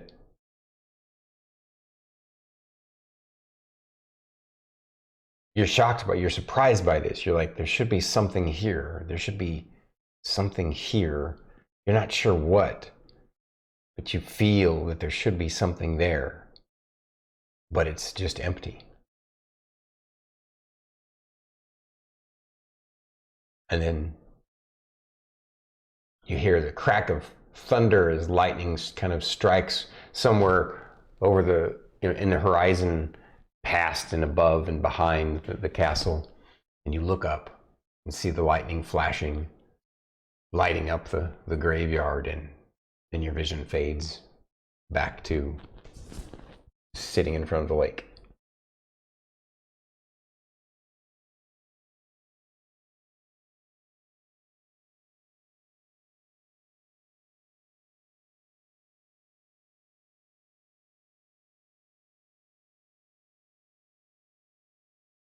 I think if anyone else could see Lorkris's face right now, he's got this little kind of smirk. Again, that actually worked.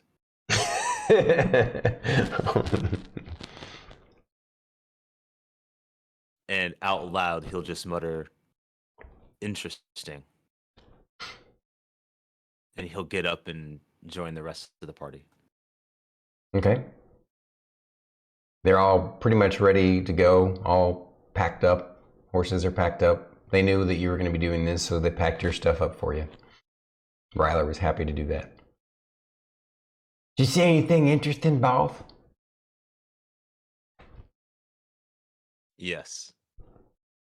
I'll tell you about it on the way. Okay. Oh, so we just actually said something? She has a way with words, or lack of. But we have much to discuss, and a long night ahead of us.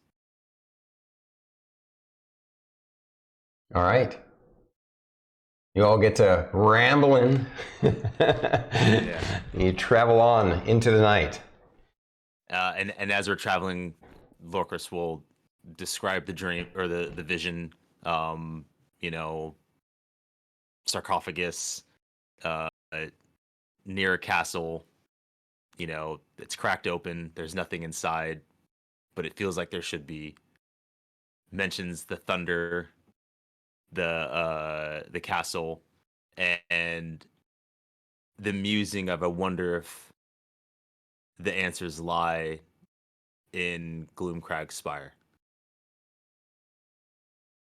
Said that there was blue lights that were coming from the castle. Yes. Did it look like the blue lights that were for like the teleportation things or whatever? Were they the same color blue or similar? Yeah. Yeah.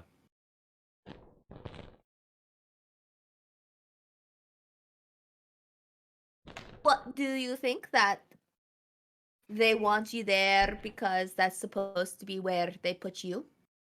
Your body? You're like, something's supposed to go here. What if it's you? Well, I wonder if it's less of a physical me and more of a reincarnation or extension of something that they are upset with. It may not really be me, but what I represent. Usurper. What if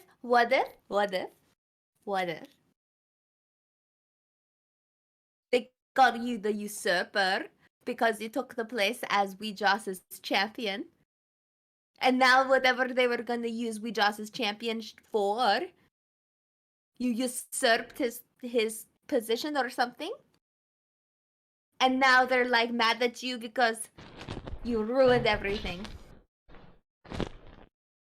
Who knows? What do you think, Miss Ray? Well, what makes you think it's tied to Weejos, Fern? Because they're dead.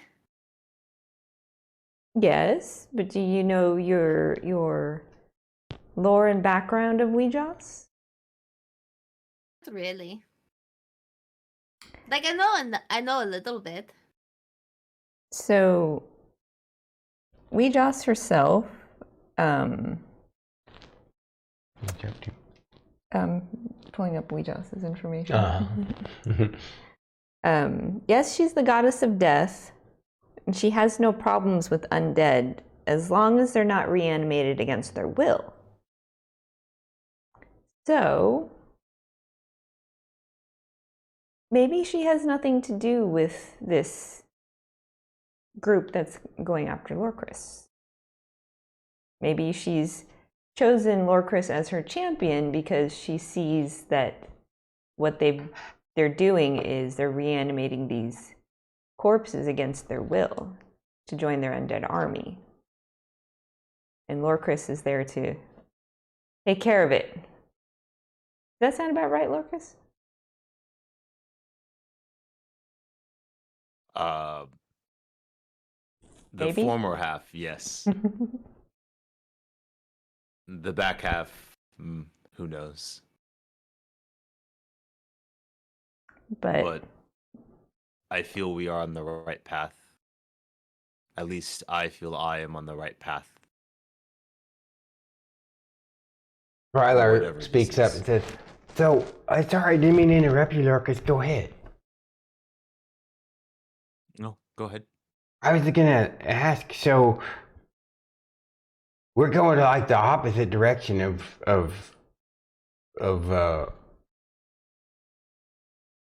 that place on the map over there. But do you think that maybe somehow, if we go that way, and that somehow or another, didn't the stinky old druid guy, didn't he want us to go to this place, this waterfall place, because he thinks that it might be some sort of way through to the other side? Mm-hmm. Yeah. So does that mean that if we make it through to the other side, that we might be able to figure out why the cult of the bloody eye wants Fern, and that somehow, because we'll be on the other side, we'll also then get to go figure out. Oh, you're all right? We're good. Okay. Yeah. I just got a really loud battery low in my ear. Oh, It startled me. So, Battery low.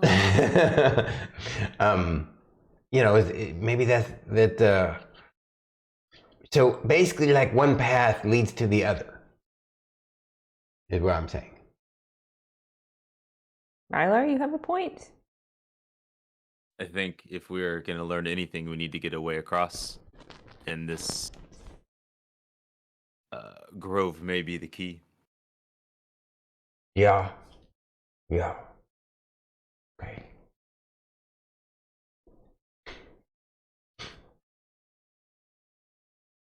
Yeah. But first, I guess we're gonna check out this spooky thorn wall, this giant entanglement wall, huh? Mm-hmm. Yeah. Fern, you don't look too thrilled about this. Well, the arch-druid did say that any druid that touches it feels really bad pain and stuff.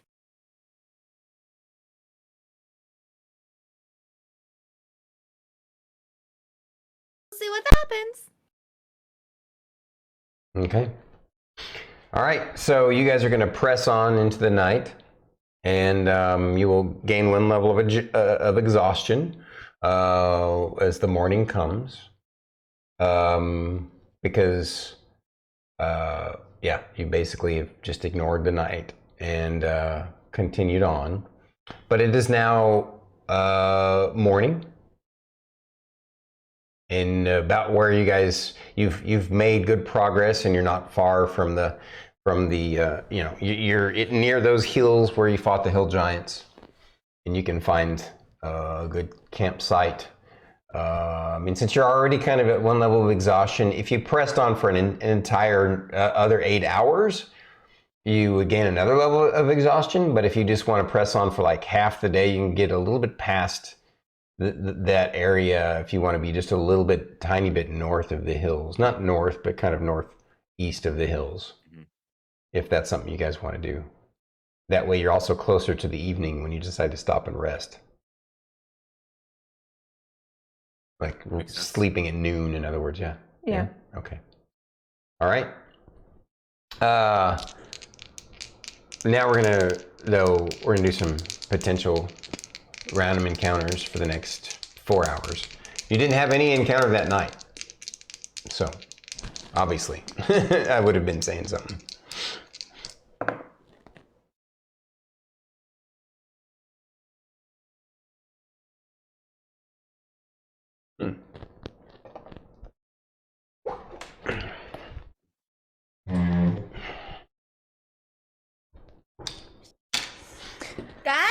darn it. I mean, you know. Roll better.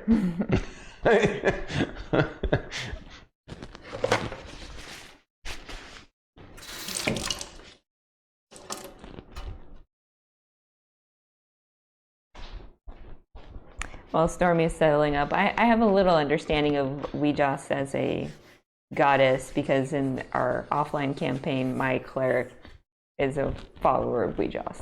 So. Nice. Yep.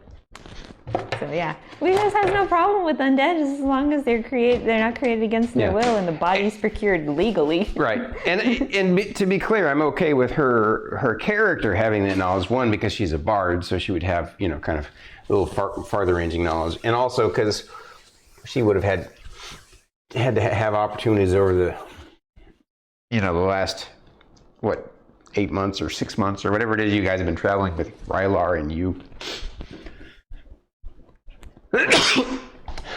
Yeah. Excuse me. I'm sure I would have picked up knowledge about Weejoss in my travels as part of a traveling troupe of bards. Well, no, you didn't pick up much. To be honest with you, both Weejoss and Melora are two of the more obscure gods on the mainland. So, but as a bard, you would have picked up knowledge just because. All right. My character does like read.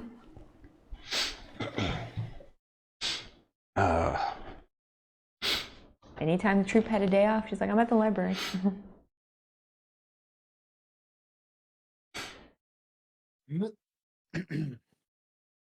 Oh, you don't get to pick spells. You can pick No, stress. because I preemptively prep my spells for the next day. Oh.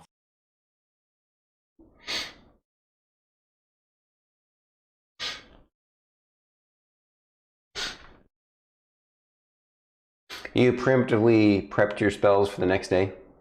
Yeah. I fixed it. She didn't expect a random encounter. I was trying to be on top of it.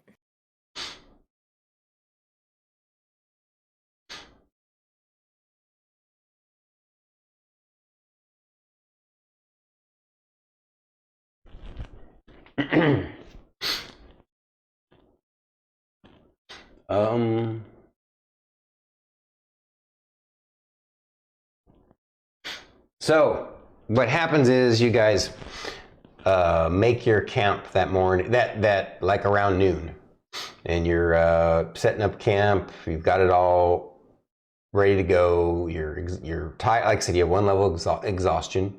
You're tired. You're hungry.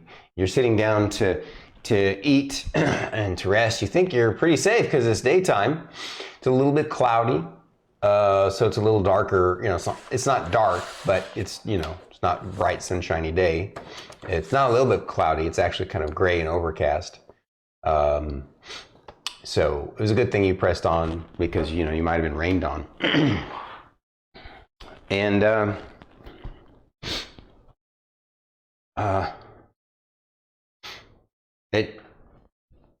gonna have everybody. What is everyone's perception? Like my passive perception? Yeah. 21. 21. 13.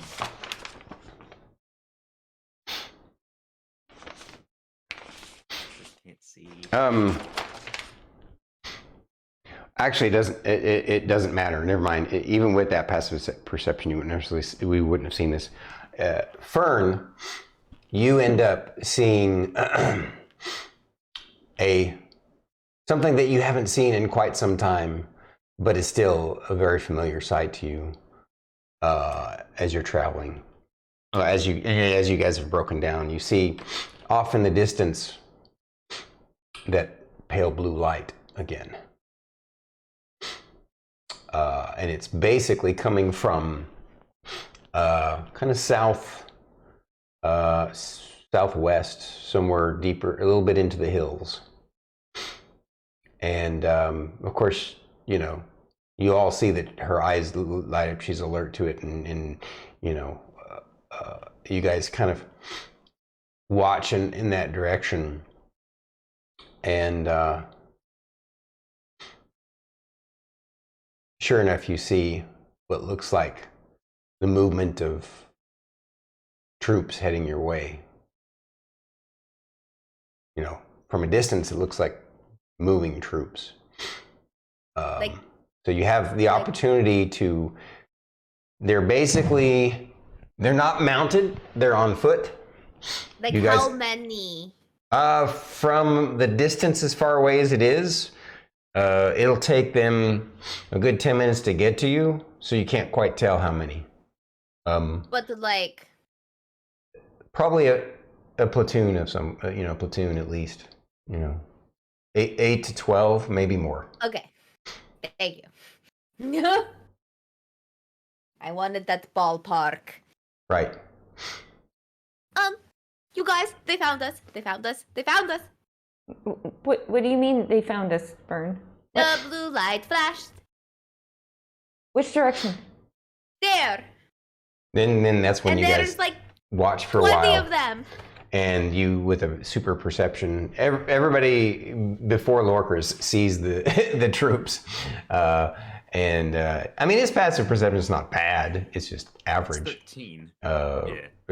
It's the glare of the glow of my eyes gets in the way. Yeah, that's it. As it Yeah. reflects off the inside. So you guys have an opportunity to, if you get on your horses now and press on again, you will get another level of exhaustion, but you will probably be able to get away from them. Or you can stay and try and fight what looks like maybe 8 to 12 troops heading your way. Should we stay or should we go? And you don't know what they are because, the distance that they are, they're just, humanoid figures, right? I mean, you can only put two and two together. With the flash of blue light, it seems likely what they might be. We'd have a 10-minute head start, but they're on foot. Right. You absolutely will be able to get away with them if you flee because of your horses. Our horses aren't exhausted with us? Yeah, but I mean, they have a little bit more endurance than you guys, so they don't have a level of exhaustion right now. But no, actually, no, they would too, I guess. Yeah, so they would. Yeah, all of you, including the horses, would gain another level of exhaustion, but you would get effectively 4 hours away, and you would be able to vary your movement in such a way that they wouldn't be able to track you. Well, they might. You don't know if they could track you, but you know that you would get away from them, and it would be,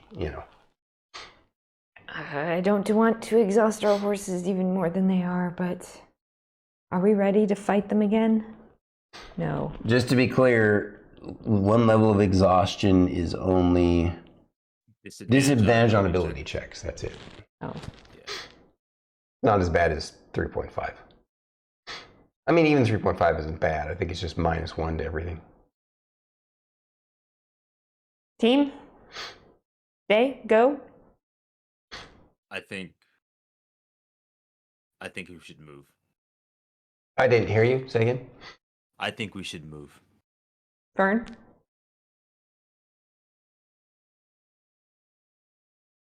One more in though. While we're like extra tired. But we need to make a decision now. We can start going. And then we could change our mind. Well, so obviously we're on horses and we can get away and stuff. But what if they have trackers and then they can track us? And if we go 4 hours away and then try and sleep, then they're just gonna catch up with us while we're sleeping, right? Yes. Are you saying we should fight, Rylar? I'll do whatever you guys think. I just don't want to wake up to them attacking us when we're trying to sleep. That seems worse than fighting now when we can see them. I think we should try. We still have our horses. We could like run in the middle. I guess save reverse gravity for In case we're like, you know what, never mind. And I can reverse gravity them, and then we can run.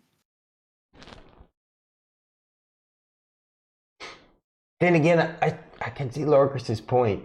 Because if we get far enough away quickly enough, they won't know which direction we went. True. We can use her. Wait, Fern's got that thing with her staff, and she even added the spell. What's it call it?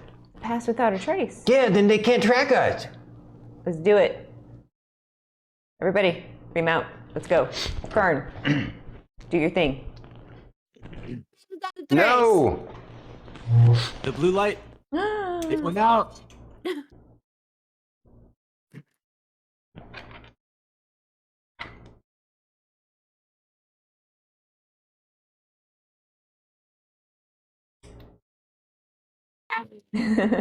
It's now a Right. purple light. It's not what? It was. That's what Fern saw. Oh. Oh. Take your blue light. Oh, that's bright. Wow, that's super disappointing. These were expensive too. Expensive crap. All right. Oh, is it broken? So the problem is that they're lithium-ion battery lights, so you can use them without being plugged in, right? But I've been using them plugged in all the time because their charge won't last throughout one of our whole streams. I think it lasts like 3 hours, and so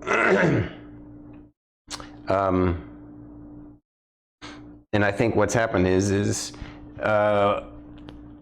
so I had I think this one's battery has basically, it won't hold a charge anymore, and I guess it's designed such that if the battery can't hold a charge, it can't light the light. So I'm just gonna have to replace. I was already thinking about replacing it anyway with the Govee that I had to replace the one upstairs with. It just shows me that these things were crap. At least they, Hello. I don't know if I have an option. I guess. Oh well. It does diminish our light a little bit. Does it make a big difference for us? What do you all think? Not Chat? a massive difference. I mean, you still look decently lit. Banana Tom. You're still good? Okay.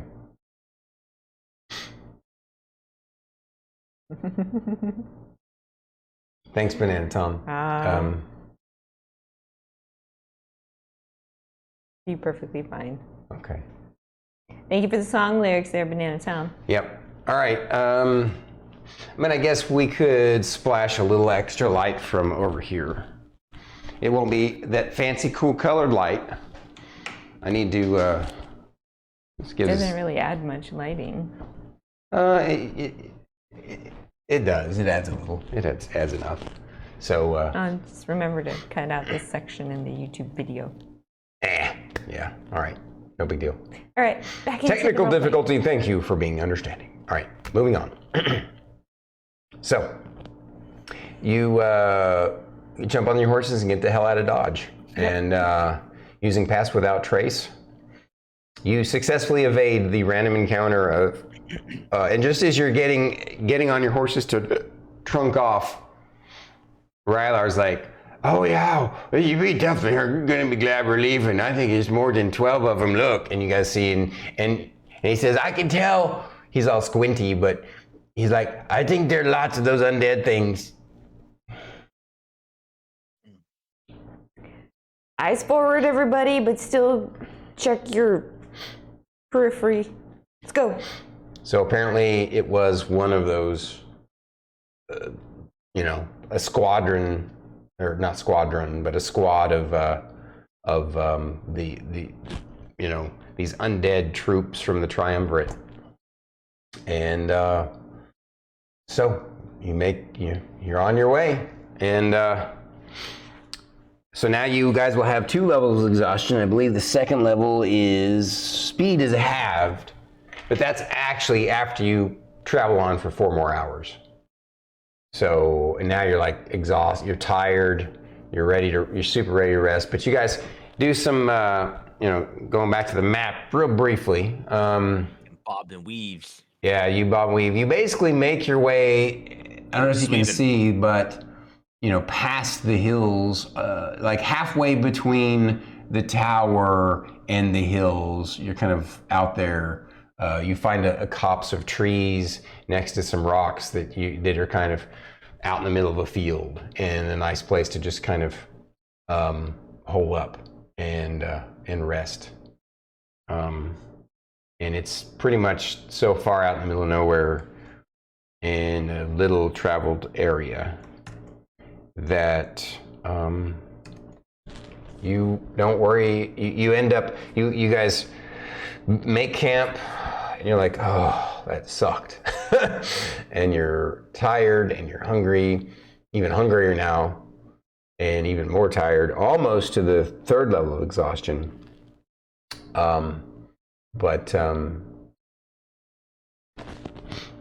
Now there's one, you guys will rest basically. So you had stopped, I believe it was at noon in the previous spot. So now you basically are stopping at 4. 4, yeah. So you're gonna rest to try and make up for the exhaustion. You guys decide to rest like 10 hours, basically get back on a regular kind of schedule almost. Morning schedule. Yeah. Yeah. And luckily, the dice gods decided you all were ready for a good rest. So, Yay. and all the exhaustion is gone. Your horses are fine. They're a little flummoxed that you push them so hard, but when you explain, Druid explains to them that Fern. You're all in. Sorry, Fern. The Druid explains to them that they were in danger. So they understand, and they're grateful that you pushed on. But now you're quite a bit closer to your destination already, and you can actually make it to since you're going to be bypassing the not going to the tower, right? That was the plan. Because of this, you can actually go straight north from where you're at to the corner edge of the deep wood, entangle wall. That's what we'll call it, the entangle wall. And it'll be just a day's journey if that's what you guys want to do. And I believe Fern had her hand up. Did I see out of the corner of my eye you have your hand up? I guess not. Oh, sorry. No, I'm. Oh, okay. Being nervous. Yeah. All right. Nervous eating your fingers? Nail biting. The cuticles. All right. So, you guys make your way the next day.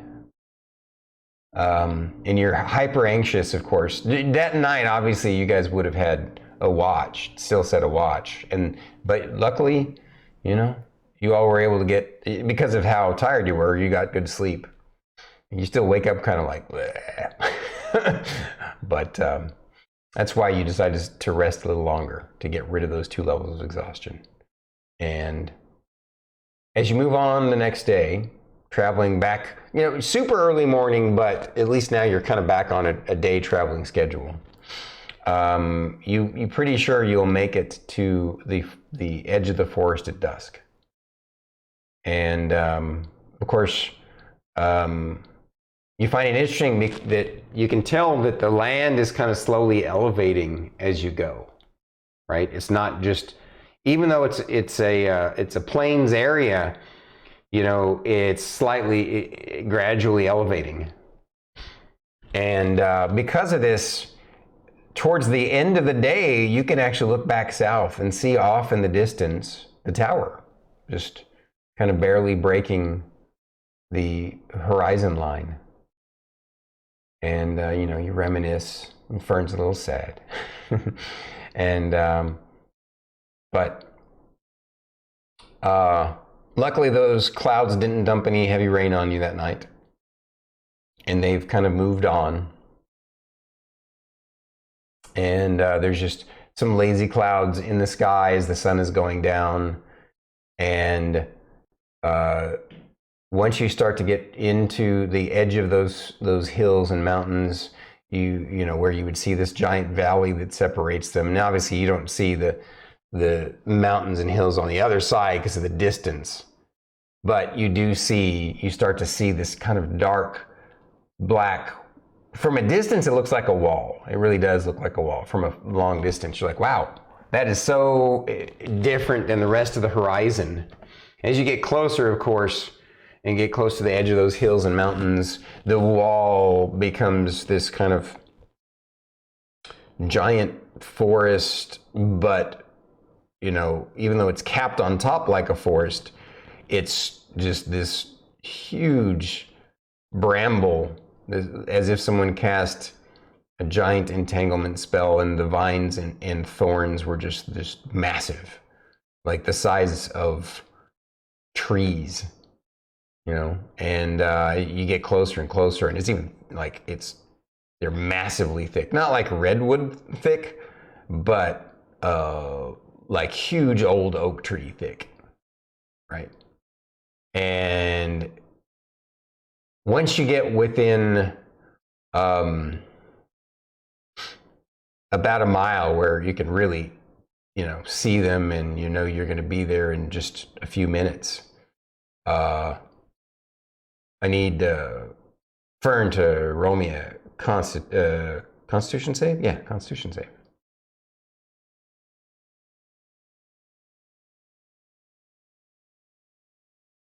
15. Okay, she starts to feel kind of ill, kind of nauseous, and there's this kind of uneasy feeling, almost like as you get within a certain range, it's almost like you guys are trotting along.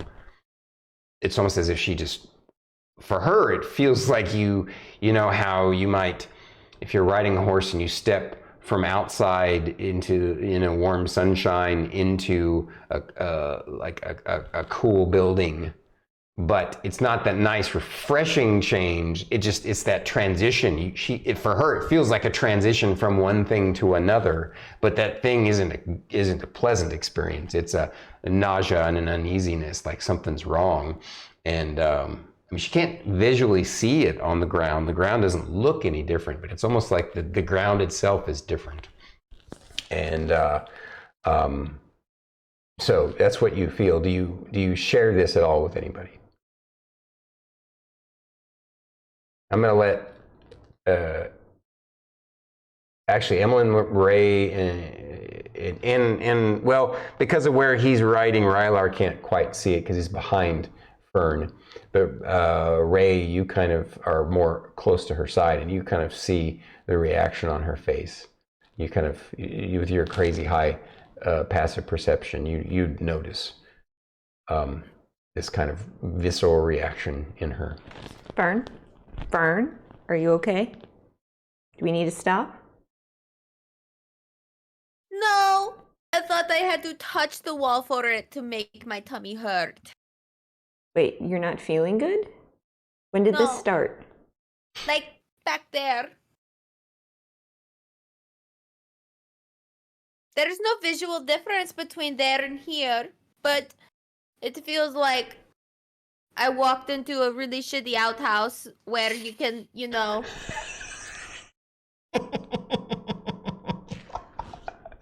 That was After eating really epic. gross food that you don't like, and so it's sitting in your tummy weird, and now you walk into this really hot and steamy outhouse that just really, really smells, and it hurts, and now I kind of feel like I can't trust my fart.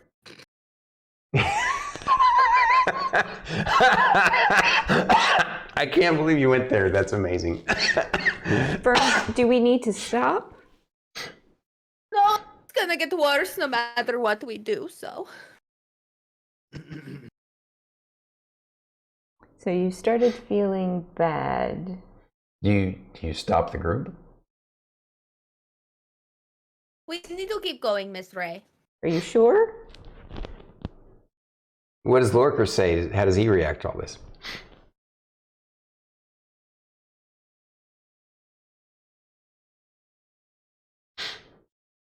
Do you think it's... No. You sure it's not the pie? I can't look at you. It's gonna make it worse.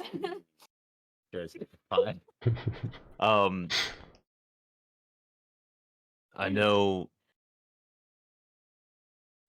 that the... Oh, what's his face? What's his name? The Archdruid? Yeah. Did you want to know his actual name or just call him the Archdruid? Delvanic. Yeah, Delvanic. Yeah, Right? that's right. Yeah. I know Delvanic mentioned that this wall has an effect on druids. This is probably what he's talking about, but he should have told me how it was. It starts not just touching the wall. Well, you are a different kind of druid. Does that? Oh, it's probably going to be worse. I only own one pair of pants, you guys. I'm sure Rylar can help. It's okay, Fern. I'm sure we have spares. These ones are comfy. I would not let you travel with only just one pair of pants. That is true. That's because you're the best. But we should definitely keep going. Are you sure? Yeah. Okay, you need to let me know if it starts to get worse and worse, okay? Okay. All right. So you guys continue on, moving ever closer to this looming, enormous wall of thorns. And as you get closer and closer to it, luckily the effect that you're experiencing does not seem to intensify as you get closer. It stays this kind of malaise the whole way, right? For now. And but as you all get closer and closer to it, you're like, holy crap, we see why this is such an issue for the MGA, because this thing is easily 300 feet tall, and it spans, like, obviously from where you guys are at, real quick, bringing up the map, you know, you're coming up to the edge of the hills there where it would first meet up with the hills. So if you imagine that what would normally be here is a valley leading into a regular forest, right? But what's happened now is this giant, giant isn't the right word, this enormous, colossal wall of thorns is spanning the entire valley. Now you can't even, because of the distance and actually you would be able to kind of see at this point, you can even see the mountains in the distance where it just stretches right up to the mountains that direction. And so you can just imagine it, how it spans across this gigantic valley. And the thing that you notice, the other thing that you notice as you get closer is it's just this kind of this brown gray, like it's a gray color. It's very gray, but not like a charcoal gray, just more kind of a light gray brown, kind of like dead wood. It almost looks like it's dead, right? But it also looks, and it has texture like you would imagine that a giant vine would have texture. From a distance, what you see the texture. And you press on, curious by this strange phenomenon, and get close. You basically get to the point where you're within, 100 feet away from it, within walking distance to it. And you all kind of stop the horses. And the horses, you can tell that even Fern especially can sense, but even you guys can sense the horses feel uneasy here. And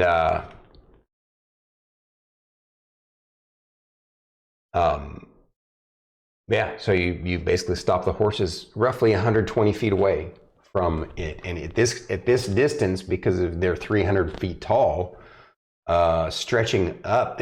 From this side, you don't even see a forest anymore, right? You just see this wall of intertwining gigantic vines and with, almost like giant thorns coming up out of the ground and stretching off into the distance. And they look, again, because of the color, they almost look sculpted out of stone in a way, except they also don't, They still have that kind of organic texture, and but you're curious to what they feel like. But yeah, you all are stopped. You tell me what you say and do. Would it be appropriate if I tried to roll a nature check to surmise it as something petrified? Seeing if does this represent a petrified something, or is this just a visual? So go ahead and roll me a nature check, sure.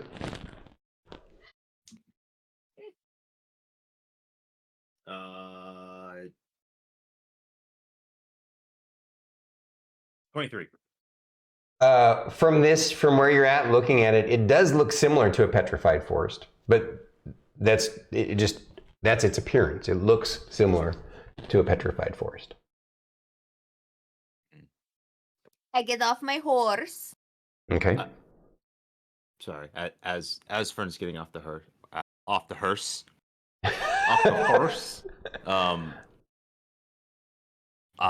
That was not foreshadowing, guys. What?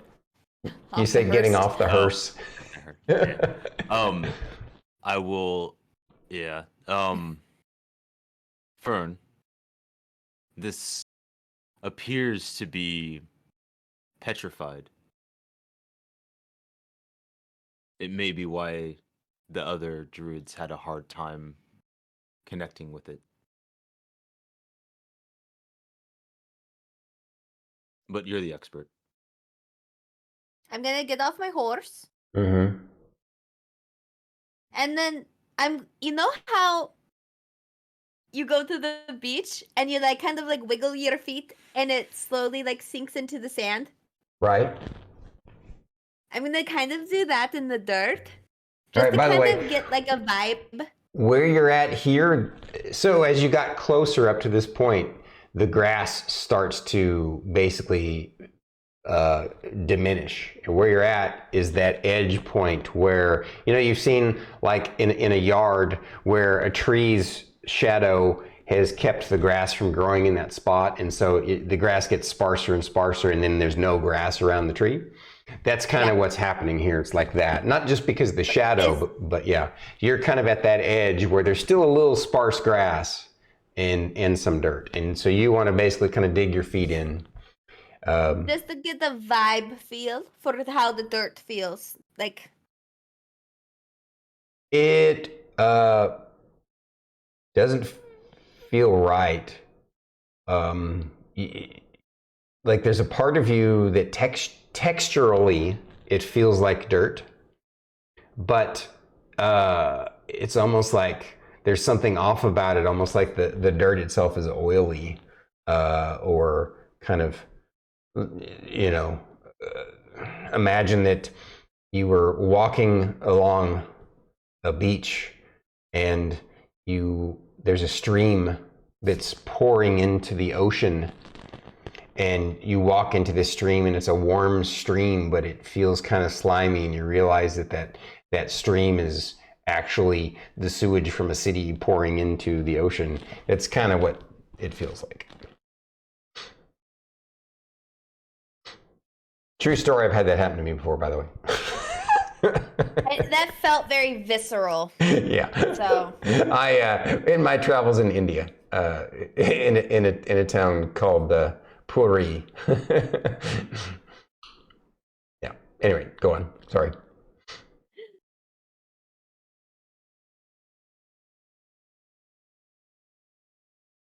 Fern is just gonna grab Miss Ray's hand. I'm definitely standing there next to you, going, Oh, so you already got off your horse too? yeah, Okay. I'm helping her just in case she falls over. I can like grab her. Mm-hmm. Lorkris, like, are you, Lorkris! Keep the horses under control. Lorkris, you got off the horse and you're keeping the horses under control? Yeah. Okay. Yeah. Rylar is still sitting on his horse, and he's all like, oh, hey guys, Yes, Rylar. I know that she's testing the ground and stuff, but maybe we should go check it out. Yeah, why don't you let me go touch it before her? I would do that if that's okay.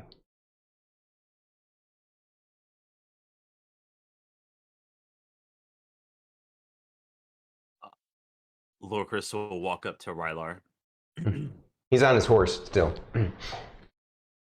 So he's seeing Rylar. Uh-oh. He's seeing Rylar eye to eye. No. He's not that tall. Short. Okay. He's gonna walk up to Rylar and like he's gonna like pat him on the leg. Mm-hmm. Like, and Rylar, I trust your judgment if you feel that is right. And in touching him, Lorkris is gonna cast Death Ward. Okay. So if something does hit him, he will stay up. And that Okay. will last for 8 hours. Nice. Okay. So I was like, is that okay with you, Miss Fern? Yeah. Okay. No. No. It's It okay. feels wrong. It's okay. I feel like, you know, the stinky archdruid man, he said that it hurts the druid. I'm not a druid. I'm the cleric of goo. I'll be okay. So you better protect him. So He'll be fine. he gets off the horse and pushes his helmet back so he can see better and walks over up to the up to the bramble wall, and he reaches out. He's not even like holding back, you know, like gingerly or afraid. He just reaches out and touches it. Oh, it's smooth. It's smooth. Rylar, Uh-huh. is it magical? Oh. Yeah. Wow, that hurts my eyes. Ooh, there's like, whoa, that's weird. What? You know, you can sort of see when you get closer to it, you see cracks in between the tangles, right? You can see like, you know, wait, no. I keep seeing like shadows, like people. It seems like they're moving around and stuff. No, I'm not sure though. I don't see like, oh, that's freaky. I'm going Fern to is cast gonna detect go up. magic. Yeah, Fern the is whole gonna go wall up. lights up. Oh my god, I see what you mean. That is totally bright. Yeah, and Fern says what? Fern runs up next to Rylar. Mm-hmm. You run up next to Rylar? Yeah. Okay. When you get within 30 feet, roll me another Constitution saving throw. He's gonna shoot her cheeks. Not her pants, just her cheeks. Oh yeah. 12. All right. A 12? Okay. Suddenly, you get this massive migraine, and you can't help but upchuck your breakfast or lunch. This is dusk, yeah. Upchuck your lunch all over the ground. You just see her go. I flip off detect magic and I'm running up to her going, Fern, are you okay? It's fine. I promise. It's okay. You sure?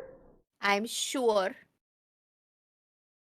You're a little dizzy and woozy and obviously nauseated. You just vomited, and you have a massive headache now, like a migraine style headache. I'm just happy that I didn't poop my pants. That's it. Rylar says, "I'm happy too. That's not fun." And then I'm gonna go up to the wall. So actually, even before you get to the wall, you're standing there, you're looking, and you start to see out of the corner of your eye these shadows. Again, now that you're up close to it, because of its coloring and stuff from a distance, now you can see these gaps. They're not big enough for people to walk or even crawl through, right? But you see these shadows kind of moving through them. They look like, every once in a while, you'll catch a glimpse of them. And they seem to have these kind of like big ears like yours, right? And they seem to be roughly the same height, although it's kind of hard to tell inside these gaps. And just as you're wanting to step forward and feel it, the wall, the bramble, I keep calling it the bramble, we'll just call it the bramble wall for now. You start to see those shadows, and they're starting to increase in amount, and they're starting to slow down and move closer to you. And Rylar says, "Oh, that's weird. Them spooky shadows they're getting more of them." And you guys now can almost see at the edge of your vision movement in the darkness. Because you got the two of you, Lorkris and are still back a ways. But so, would you all do anything? The two, Lorkris and Ray, when you start to see this darkness kind of coalescing towards Fern? Oh, I'm like running up to Fern. Okay, you run up to Fern. Lorkris? Lorkris will pull his glaive and just start making his way forward, ready to lash So out at me. Sentinel marches forward, you rush up there, Fern's reaching out towards. So Fern, you see these as you're reaching out, you hesitate because these shadowy elven figures they're no longer the way the Druid described it, at the edge of your vision, where as soon as you focus on it, you can't see it anymore, right? These things are like suddenly starting to almost come out of the thing, and you all start hearing these voices say, "Join us, join us," and they start to, these shadowy wisps, almost like fingers or tendrils from the figures, start to reach out to Fern. Join us. I'd rather you join us. What are the rules of joining? Join us. Do you say anything other than that? They're reaching really close to you. I take a step back. They seem to kind of coalesce together in a conglomeration of these shadows, barely pressing out from the giant bramble wall. They're coming out of the wall towards me. Slightly out. And they're reaching. It seems like they're reaching for you, but it's almost like they're all blending together as they reach for you. So from the perspective of the other two, it's like a bunch of tendrils reaching out from this blob with elven heads on it. It's just this weird kind of figure or thing. So what? Can I use one of my Eyes of the Grave? Or no, not that one. While you're looking at it, what were you asking, Fern? Do they feel familiar? Do they feel? They seem like creepy elven shadows trying to grab you and. Are they talking in common or Elvish?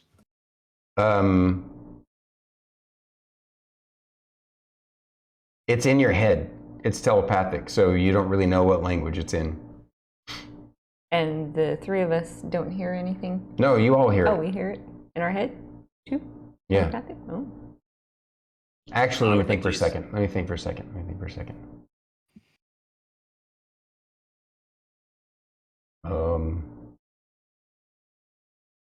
No, I'm gonna retcon a little bit.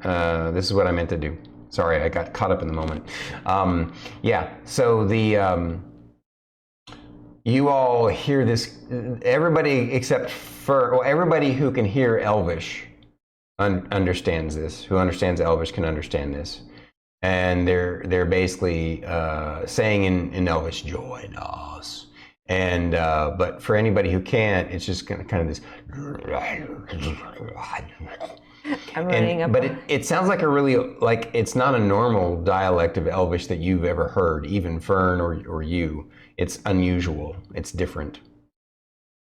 I'm running up there going, no join, no join, no join. Well, you're already to her now. Yeah. And I'm assuming she stopped reaching out towards the wall, right? Well, she did take a step back. Yeah. Yeah, she's and of like, course, step back. Rylar did too. He's not going to stand there amongst these shadow things. He steps back too. And now Lorkris is, you're all basically in a line, just seemingly outside their reach. Yeah, I would like to use my divine sense to detect good and evil. So can you, I can't hear you, so your mouth on the mic. Oh, sorry. I'd like to use my divine sense for the detection of good and evil. And then anything affected by the hollow spell, and know the location of any celestial fiend or undead within 60 feet. Trying to see if these things are dead, if they're dead things, or if these are living things or something else. So the divine sense can only see fiendish, celestial, or undead, right? Yeah. Okay. So if anything, it'll eliminate a theory. Right. They don't register as any of those things. Okay. Whatever they are, they're not dead. And they're only reaching out to Fern? But they are still not natural. Mm-hmm.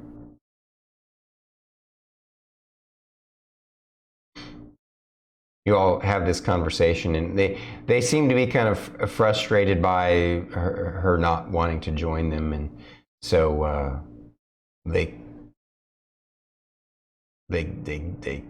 kind of slowly melt back into the bramble wall. But what's really freaky now is you're watching them, and you all are focusing and seeing this. Not only are they now, as they were out of it, and now as they're pulling back, they spread apart and split apart a little bit more, right? And it's kind of an interesting kind of optical effect as they spread back and they start to fade to where they're going to basically be outside your vision again, or right? Actually, these guys they're not going to be outside your vision, but as they step back, you notice that their eyes basically become hollow, like they're not even there, so you can see right through them, almost as if they're wide eyes in the blackness of these shadows. I yell back in Elvish, going, join who or what? And they basically have just kind of melded in. They haven't vanished. Now they're just these kind of shadowy silhouettes that they're so still they almost look like they've been painted on, and they're just kind of standing there all next to each other in a row along this bramble wall, and they're just almost as if they're waiting for her to get close again. I step towards it like 10 feet, see if they react to me being a half elf. They don't seem to react at all. Yes, Lorkris Lorkris? will pull out the strange sword related to these dreadlocks to see if it elicits any reaction from them, as if they recognize it as something that they're familiar with or that they like or dislike. See if it responds. So you say that to her before you do it? Yeah, I wonder if they will. I wonder if they're connected or against these deathlocks. See if they recognize something. And then, ting. Yeah, they all immediately vanish into the void of the wall. Like you scared them off. I'll put it away. See if they come back. So far, nothing. Fern, It how are may you feeling? appear- Oh, sorry. Oh, I said it may appear that they are no friend to these triumvirate. That's what it seems like. Fern, how are you feeling? So, question really quick. Yeah.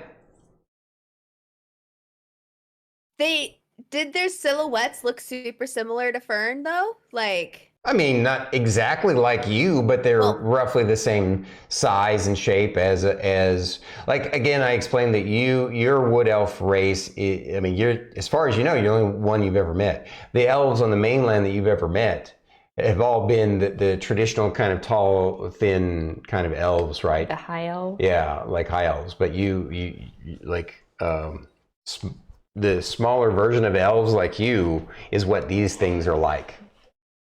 I mean, they were of varying sizes, but they weren't like tall. And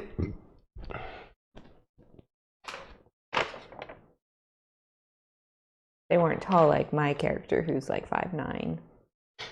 I mean, you're kind of average height. Elves are typically like, I mean, I guess 5'9", 5'10" would be like the minimum of a regular elf from the mainland, up to 6 to 6'4", whatever. I mean, not 6'4", 6'2". Yeah. Still taller than some. Taller than most. So does that answer your question enough, Druid? Okay.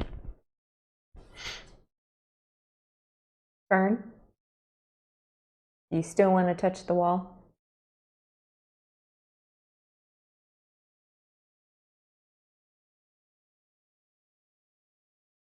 I do. I'm very curious. But I don't want them to try to like pull me through the wall or anything. How about we do it together? Or like you could hold my hand and then I could touch the wall. Lorkris Yes. is just gonna grab the bunch of cloak like behind her. Mm-hmm. So if they do try to grab, he's like Can choke the shit out of her. Mm-hmm. better than nothing. He's ready. Okie dokie. I am. So, is Lorkris going to try and touch it too, or is he just going to hold on? Okay, so you're both going to try and reach out and touch it together. Okay. And are you both going to try and time it such that you're touching it at the exact same moment? Lorkris is gonna follow Fern's lead and essentially do that. He's not gonna be like, okay, ready, 1, 2, 3. He's just gonna like just follow her lead and just with it.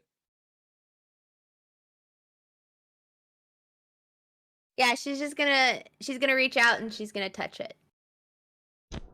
Okay. With this like she has this like curiosity sparkling. She's like, I am so just enthralled. All right. So you're going to touch it. He's going to try and touch it. And you're both relatively trying to touch it at the same time. Okay. Yeah. Lorkris, roll me a Constitution saving throw. I'm going to do what happens to him first. First of all, nothing tries to reach out at him or anything like that. But as Lorkris touches the wall through his glove, he feels it burning his hand like acid. Wow, nothing like that happened to Be a, Rylar. 18? All right, you made your 18. saves. You're only taking half of the 17 damage. So you take 9 damage. It felt like to you, I guess burning like acid isn't quite, it was a combination of burning and like you were, the best way I can describe it is you almost feel sorry for shiny shoes now because it was as if it was as if your hand was completely just pierced on it, like through every pore of your body by spikes. Burning spikes is what it felt like. To Fern, as she touches it, 2 things occur. One, the where she touches it, she feels it start to dissolve into her handprint. And then a couple of those shadows reach through out, just jump out at her and just scare the crap out of her and touch her and grab her. And roll me a Constitution saving throw, please.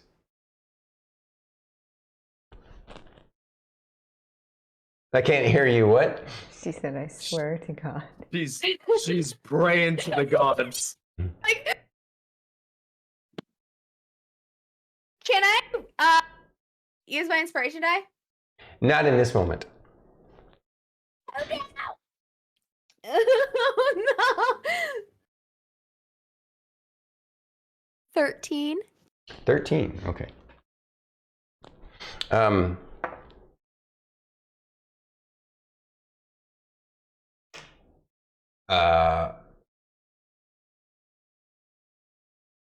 You feel 2 points of your constitution drained from you. Just in general? Yeah. Like my...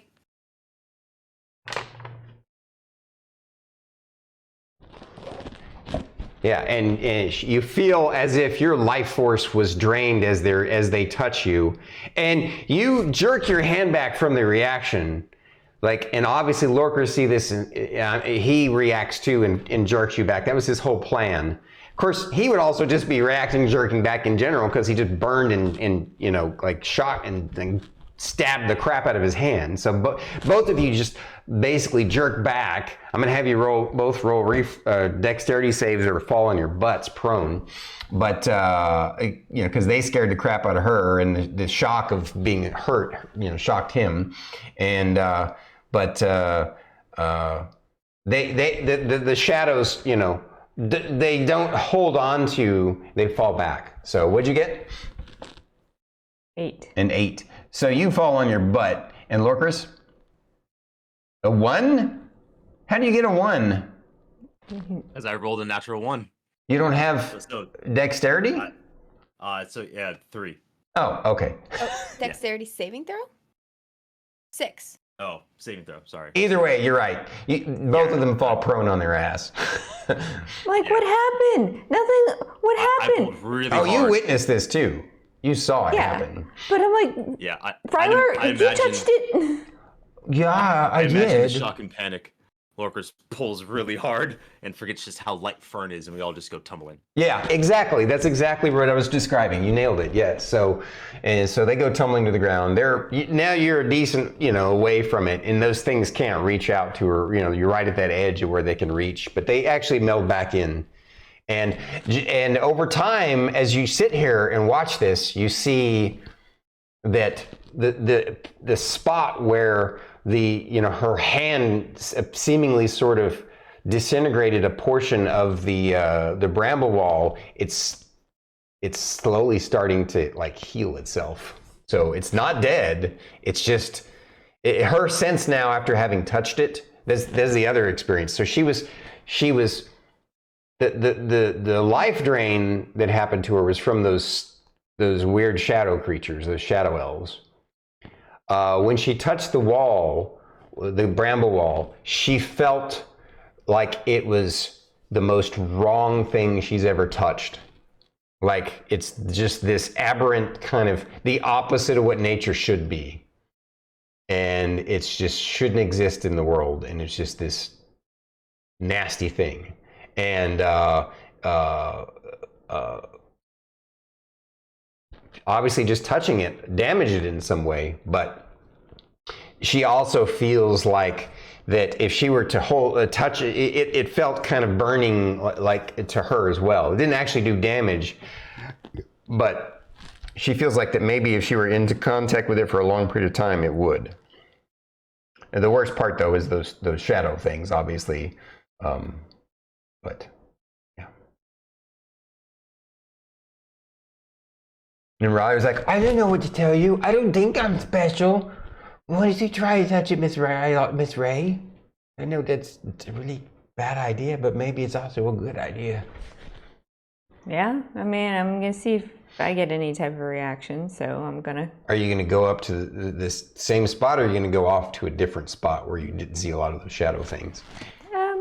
maybe off to a different spot. Okay, so you'll be off a little bit to the left, the side. So she gingerly, and with a nervous hand, reaches out. It just feels like this smooth texture. It's both smooth and rough at the same time. And it feels textured and hard. Like it feels like wood, yet it feels as hard as steel. Nothing happens to me like what happened to them. No, no reaction whatsoever. I turn around, I'm like, okay. This island really has it out for you guys. Are you all right? Fern, are you still feeling? She doesn't look all right. Rylar said. No, she's starting to cry. Oh. You make Rylar start crying. No, why did you cry at me, Fern? Fern, what's going on? What did you? What happened? What did you feel? It just felt like I pull out my quill and pen. I'm like, okay, what's going on?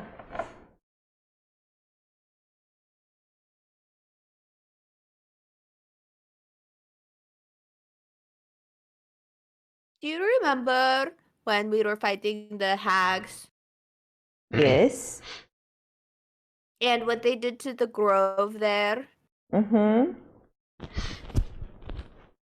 Like 100 times worse than that. Oh.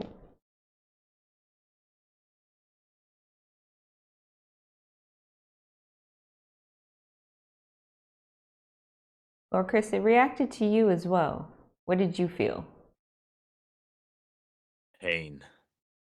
Felt like burning needles. I wonder if it's because I was touching you.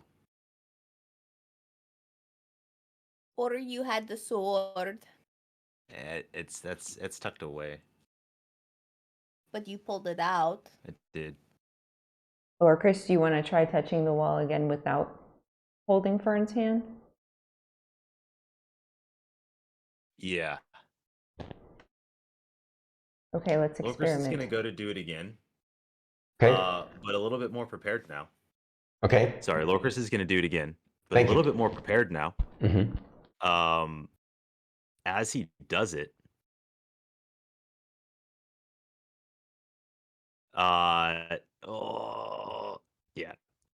yeah, why not? He'll cast dispel magic as he's touching it to see if he can stave it off. See if it does anything.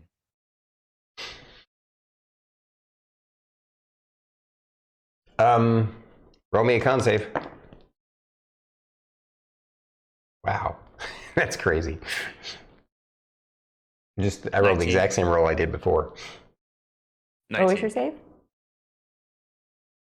19. Okay. Con save. You save, so you only take half damage. You take half of the 17. So whatever that. What do we determine? You round up in fifth 9. ed? 9. Yeah, 9 Yeah, it damage. was 9. Take another 9 damage. Feels exactly the same. Your dispel magic did nothing. It doesn't seem to like me either. What is it about you two? Rylar's like, why isn't if you and I can touch it? Why hasn't people like cut it down? Well, did you see Doesn't it heal itself? heal itself? Oh yeah. Well, maybe we should try it. Let me try it. What are you gonna try, Rylar? I got my old mace. Let me pull this out. I haven't used this in a while. I'm gonna hit it with my stick. He goes up to it. He goes, bonk. and it vibrates. It's like, oh! It sounded like, when he hit it, it sounded like he was hitting metal. That's weird. It felt like I hit metal. Well, Rylar, remember, it is magical.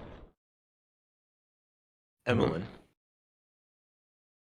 do you think it will respond to the sword? It may respond to the sword in the same way. It's a magical barrier of some sort. Why, are you wanting to hit it with your glaive?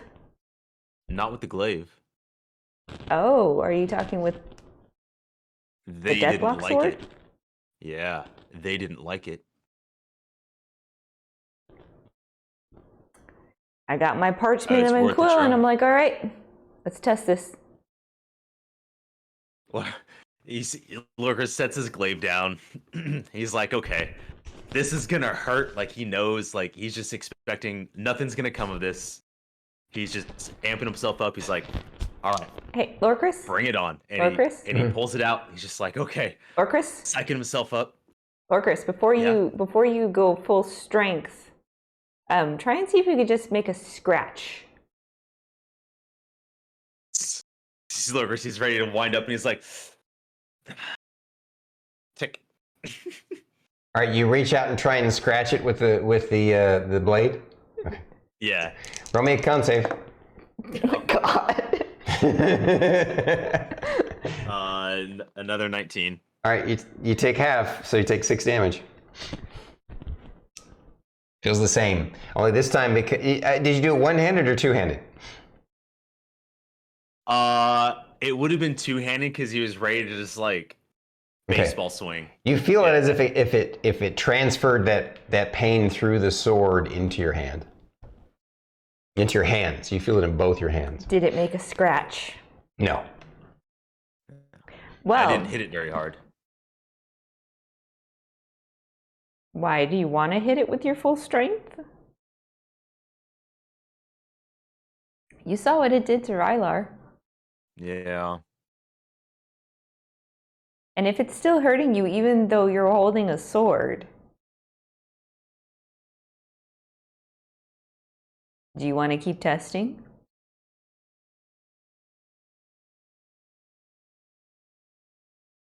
No.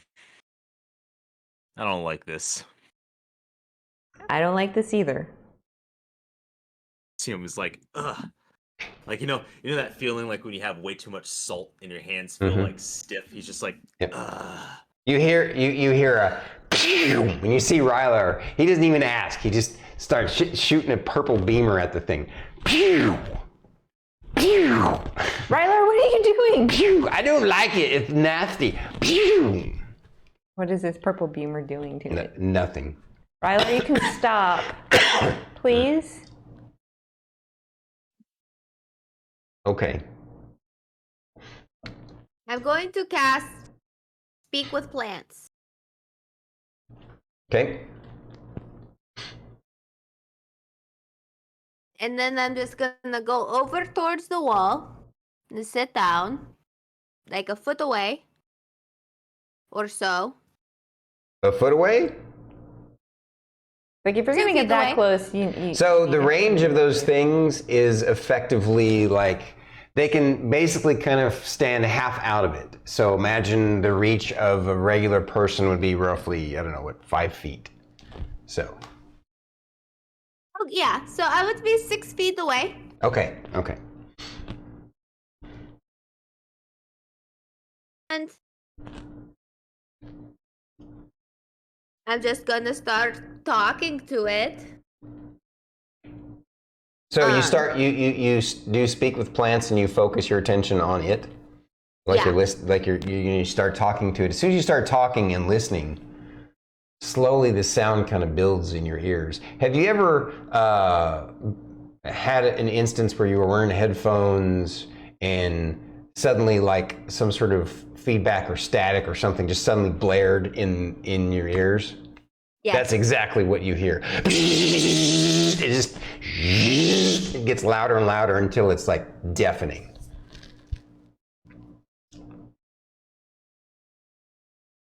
And it's like actually hurting your ears.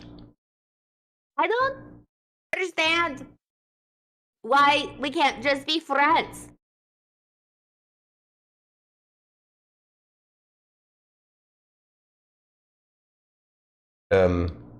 Do you keep listening to this awful sound?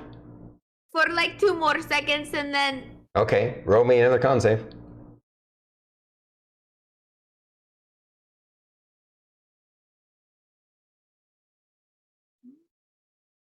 17. All right, this time you don't take any minor damage to your eardrums, and you also so you basically stave off the effect. You would have been the condition deafened for a certain number of rounds, but you don't feel that, but you feel like if you keep listening to it, that's what's going to happen, and so you stop.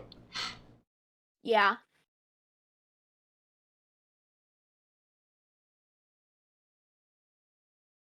I go over and I pull Fern back to the group.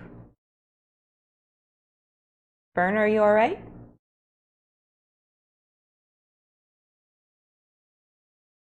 What if we try to cast a healing spell at it or something? I stand up, I look at the wall, and I go, healing word, first level. Cool. It's a ranged spell. Sure, it is. Nothing happens. I don't think anything happened, Fern.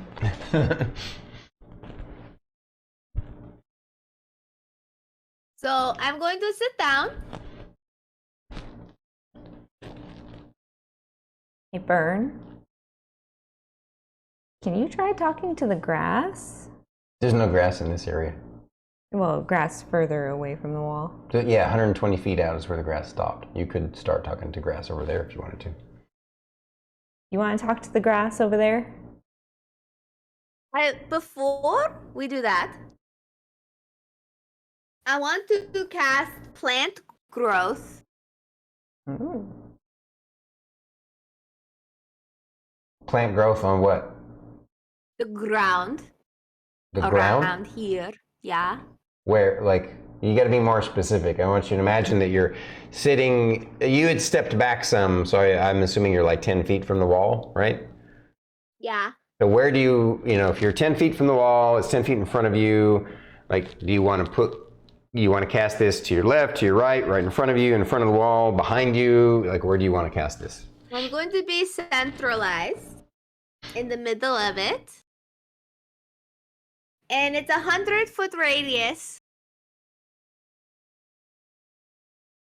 And I'm going to just picture all of the grass and the flowers that are in my garden back in Misty City. And I'm just going to imagine all of the little moss and the grass and everything. And I'm gonna just try to fill the space full of plants to see if it does anything. All right, so you're going to fill a 100-foot wide, 100-foot radius or 100-foot diameter? It's a radius. Radius. Are you going to tell what are you going to tell these folks what you're going to do first and have them step back, or want them standing in this 100-foot radius super growth? The spell says if you cast this spell using one action, choose a point within range. All normal plants in a 100-foot radius centered on that point become thick and overgrown. Oh, yeah, I probably can't make it just magically make plants, huh? Right. Never mind. I mean, if you did that at the edge of where the grass is growing, that is an experiment, right? Mm-hmm. So yeah, we're gonna do that. You're going to talk to the grass first? Yeah. Okay.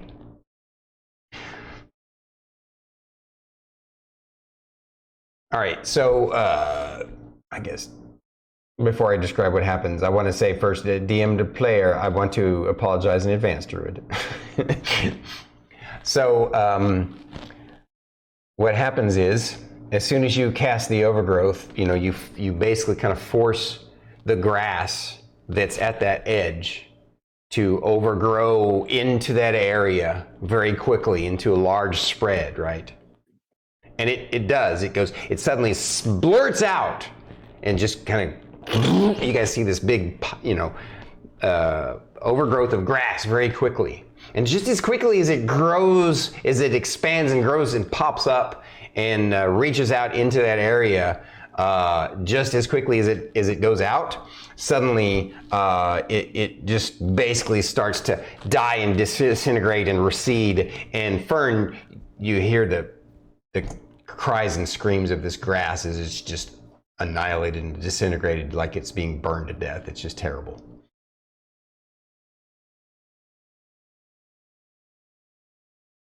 And basically every bit of growth that she did,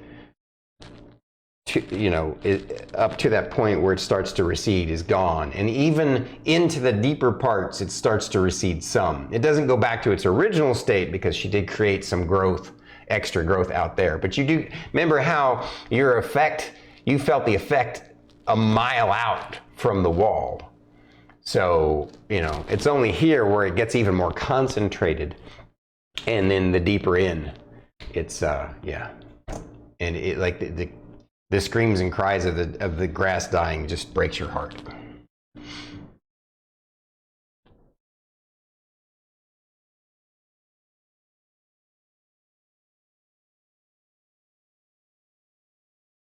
Hey, grass, I'm Fern. Hi. What the heck is this stupid wall thing? You asked the grass that? Is that what you said? Yeah, she's Yeah. talking to the grass. Oh, yeah.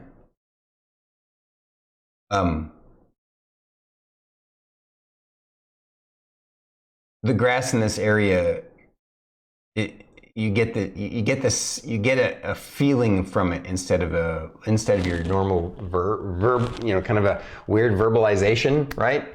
Instead, you get this kind of the way it is with familiars when you first get a familiar before you get to actually speak with them. Instead, you have empathy with them, like you have with a Chonkapillar, right? You have empathy, you feel, yeah. So instead of them speaking to you, they send a feeling back to you, like they don't really like you right now. And I understand why. I'm sorry. I'm just trying to understand this place.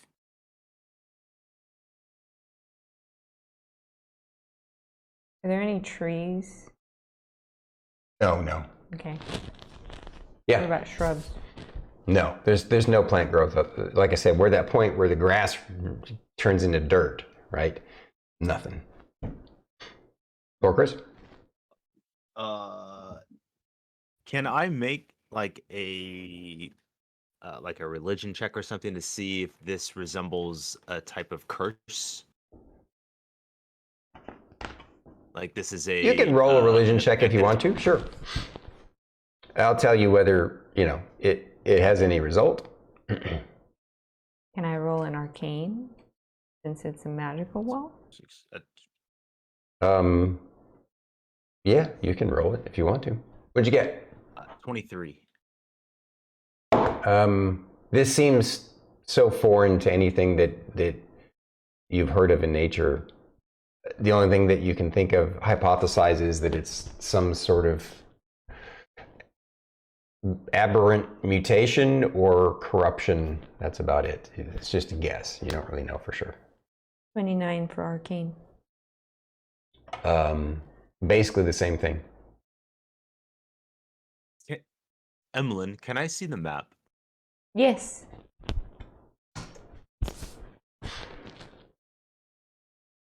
Hey, this is magic that seems rather amplified. If we really kind of look to see where we are on the map, does it seem as if the line of this deep wood that it's created is, in theory, in line with that, like, magical abnormality that prevents people from crossing?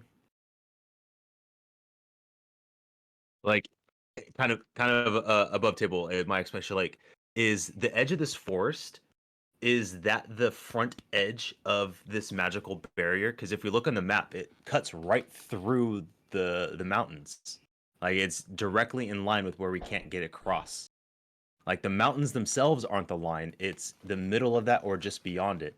It feels like this deep wood is either affected by that barrier in itself as to why we can't get through. And whatever is afflicting these woods is amplified by this abnormality.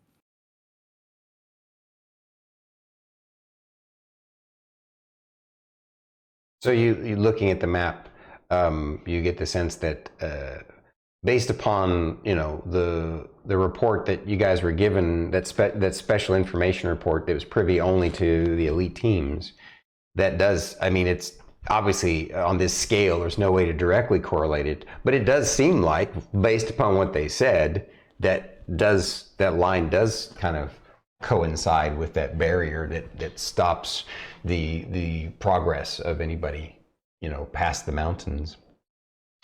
Again, the barrier is more subtle than that. It's not like an obvious where they fly up to it and there's a barrier that can touch. It's right. It's this pressure, this wind that knocks them out of the sky, and as they're climbing through the mountains, it crumbles the mountains and it changes the mountains and the rock so that it's not even passable and climbable. There's like nowhere to pass. It's just solid rock face, right? And then now, of course, here at the tree line, what you have is this giant bramble wall that is impassable, but it's effectively the same thing. And so, I mean, it does seem like some kind of barrier. You don't necessarily know if it's directly correlated, but so anyway, that's I wonder if this barrier is not the deep woods in itself, but a manifestation of this well, I will say this based upon your nature check. You do get the sense that the deep wood, the effects that you're experiencing from the deep wood are intrinsic to the deep wood. That the barrier, like it's possible there might be some correlation with the barrier as far as that line, but you also get the sense that the deep wood, this bramble wall, is its own thing.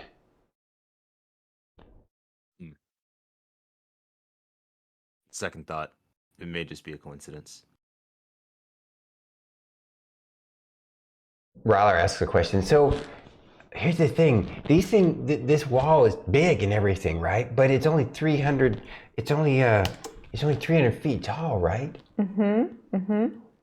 What did the report say about them trying to just fly over this? This isn't that high, or climb it.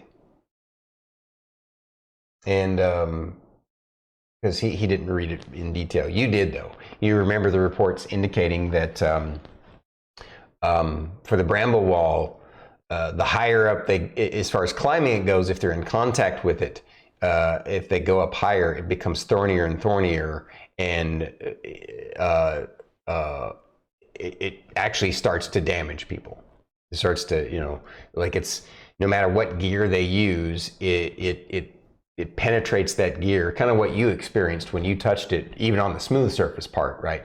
But for anybody else, once they get higher up at the top parts of it, it starts to be damaging. And then that wind starts to pick up that pressure, even at that small height. And then eventually, for folks who climb to the top, they're basically pressured or pushed off from it. And any flying, it runs into the same thing. The people who've tested flying into it, and you guys notice that birds avoid it, right? They just stay the hell away from it. You see them flying around and they just, go nowhere near this area. And anybody who tries to fly over it, the report indicated that they're pushed down before they can get far enough in to really make a difference. And so it's almost like they kind of get to the edge of a wall and they fall to the top of the wall and then fall down. And they just, they even tried, they tried magical means, like they would have someone fly them or levitate them up, and then tried to misty step further in, and all it would do is jump them back out magically. Like it just kind of reverses them, kind of just, and it actually causes them damage. So. Based on that, there's no going over, there's no going through right now. We may have to find... By the way, and the report did also indicate that they did try digging, but... I remember that. Yeah, the roots go so deep that and then they start to spread out to a certain amount, right? and then it becomes just not really possible. Like they would have to excavate it, and they're not even sure that would even, it would take. It'd be harder than mining out mines, and the resources and manpower to try and get under it would be, it would take years. So they just decided there must be another way through. That's why they tried the Golgothian mines, and now they're also trying the, the Wyvern Riders. They feel like that maybe the Wyverns can make it through. Maybe they can find a way through over where the wind seems to be lighter, over near the other side on the east. That's what they're hoping. Or that their other big thing is they know Wyverns can fly pretty high. They're hoping that there's a ceiling to this weird barrier, and that at least by flying over it, they can find out if there's a way past it, or if it is like a globe.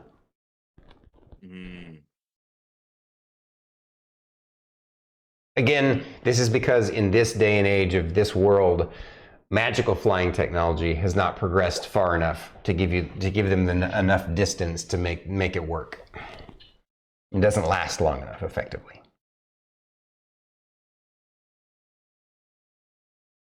And repeated castings don't necessarily work either, again, because of that weird pressure and wind that repels.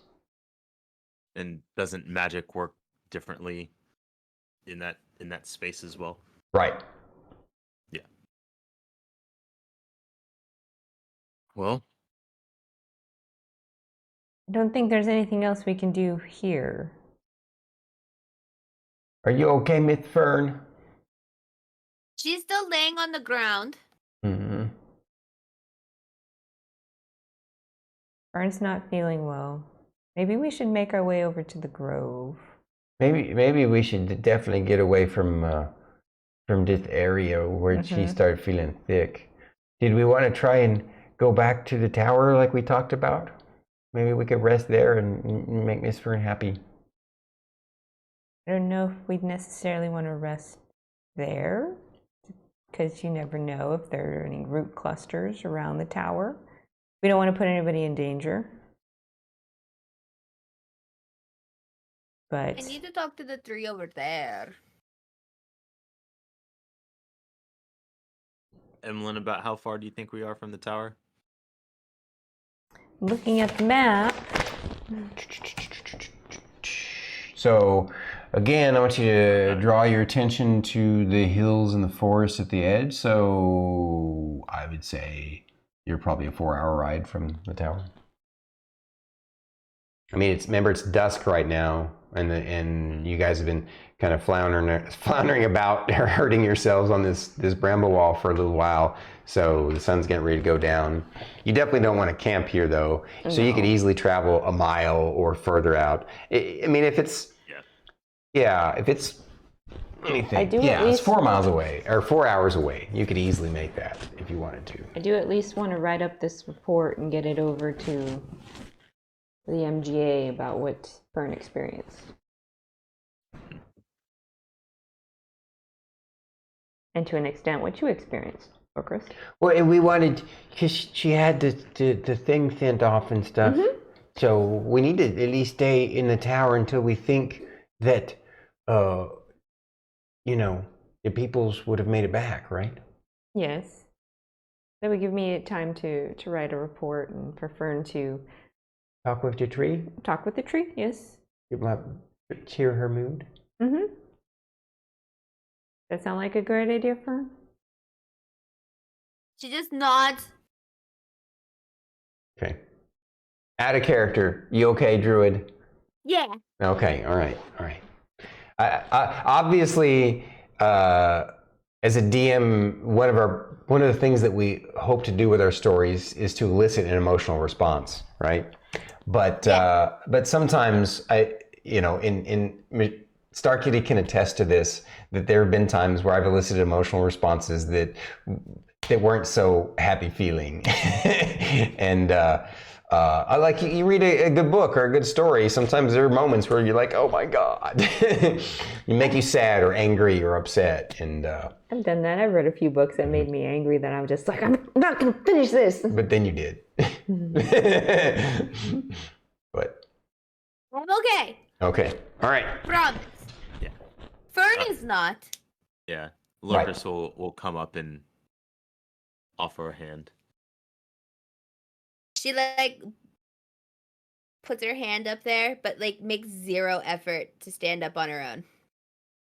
He picks her up like a child. Oh, he's melted all of our hearts. He's just holding her. Like a she's not baby. feeling And he's just good. got that like imagine the feeling of any parents out there that have kids that have gone past the age of like you carry them to bed and you're like, you are a little too big for this. This is ending soon. So help me God, this is ending soon because you are too heavy. All right. But you do that, and so are you gonna have her ride with you on your horse, and then have one of the other folks pull her horse? Yeah, I'll pull her horse. Okay. Yeah, I'll sit her in front. Okay. No, she's still fetal position. Yeah, in front, so I can, Yep. hold the reins and keep you swaddled. There's gonna be a point where you could tell that she's starting to feel fine, but she's milking it. Okay.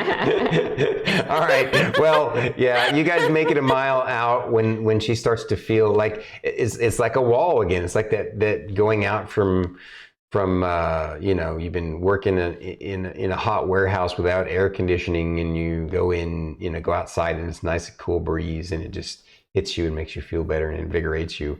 That's what you feel. Obviously emotionally your character is still kind of impacted, but physically, once you hit that mile marker out from the wall, you don't feel now your con is still drained, by the way, but you don't. But you still your sickness. You don't feel ill or headache or nausea or anything. Mm-hmm. Yeah. So that brings down my constitution from 16 to 14, correct? So here's the thing: you don't have to adjust it on your character sheet because it'll go away with a short rest. Yeah. Yeah.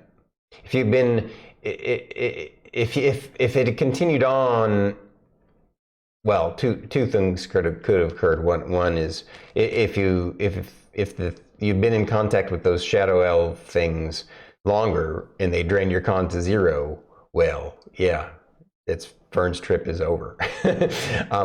But if you, I forgot what I was going to say.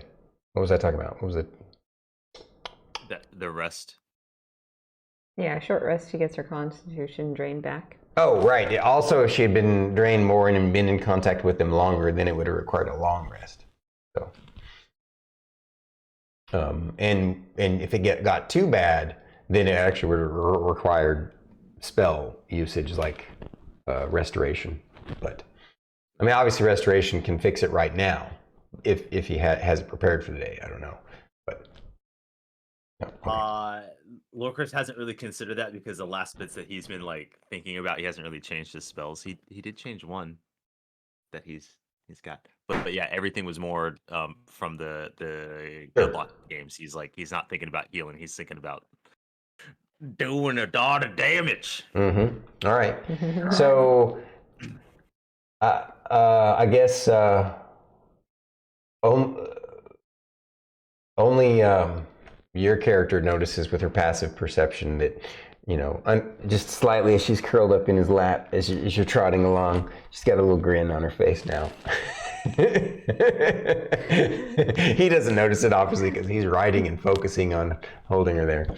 I'm just kind of smirking, but I'm not going to say anything.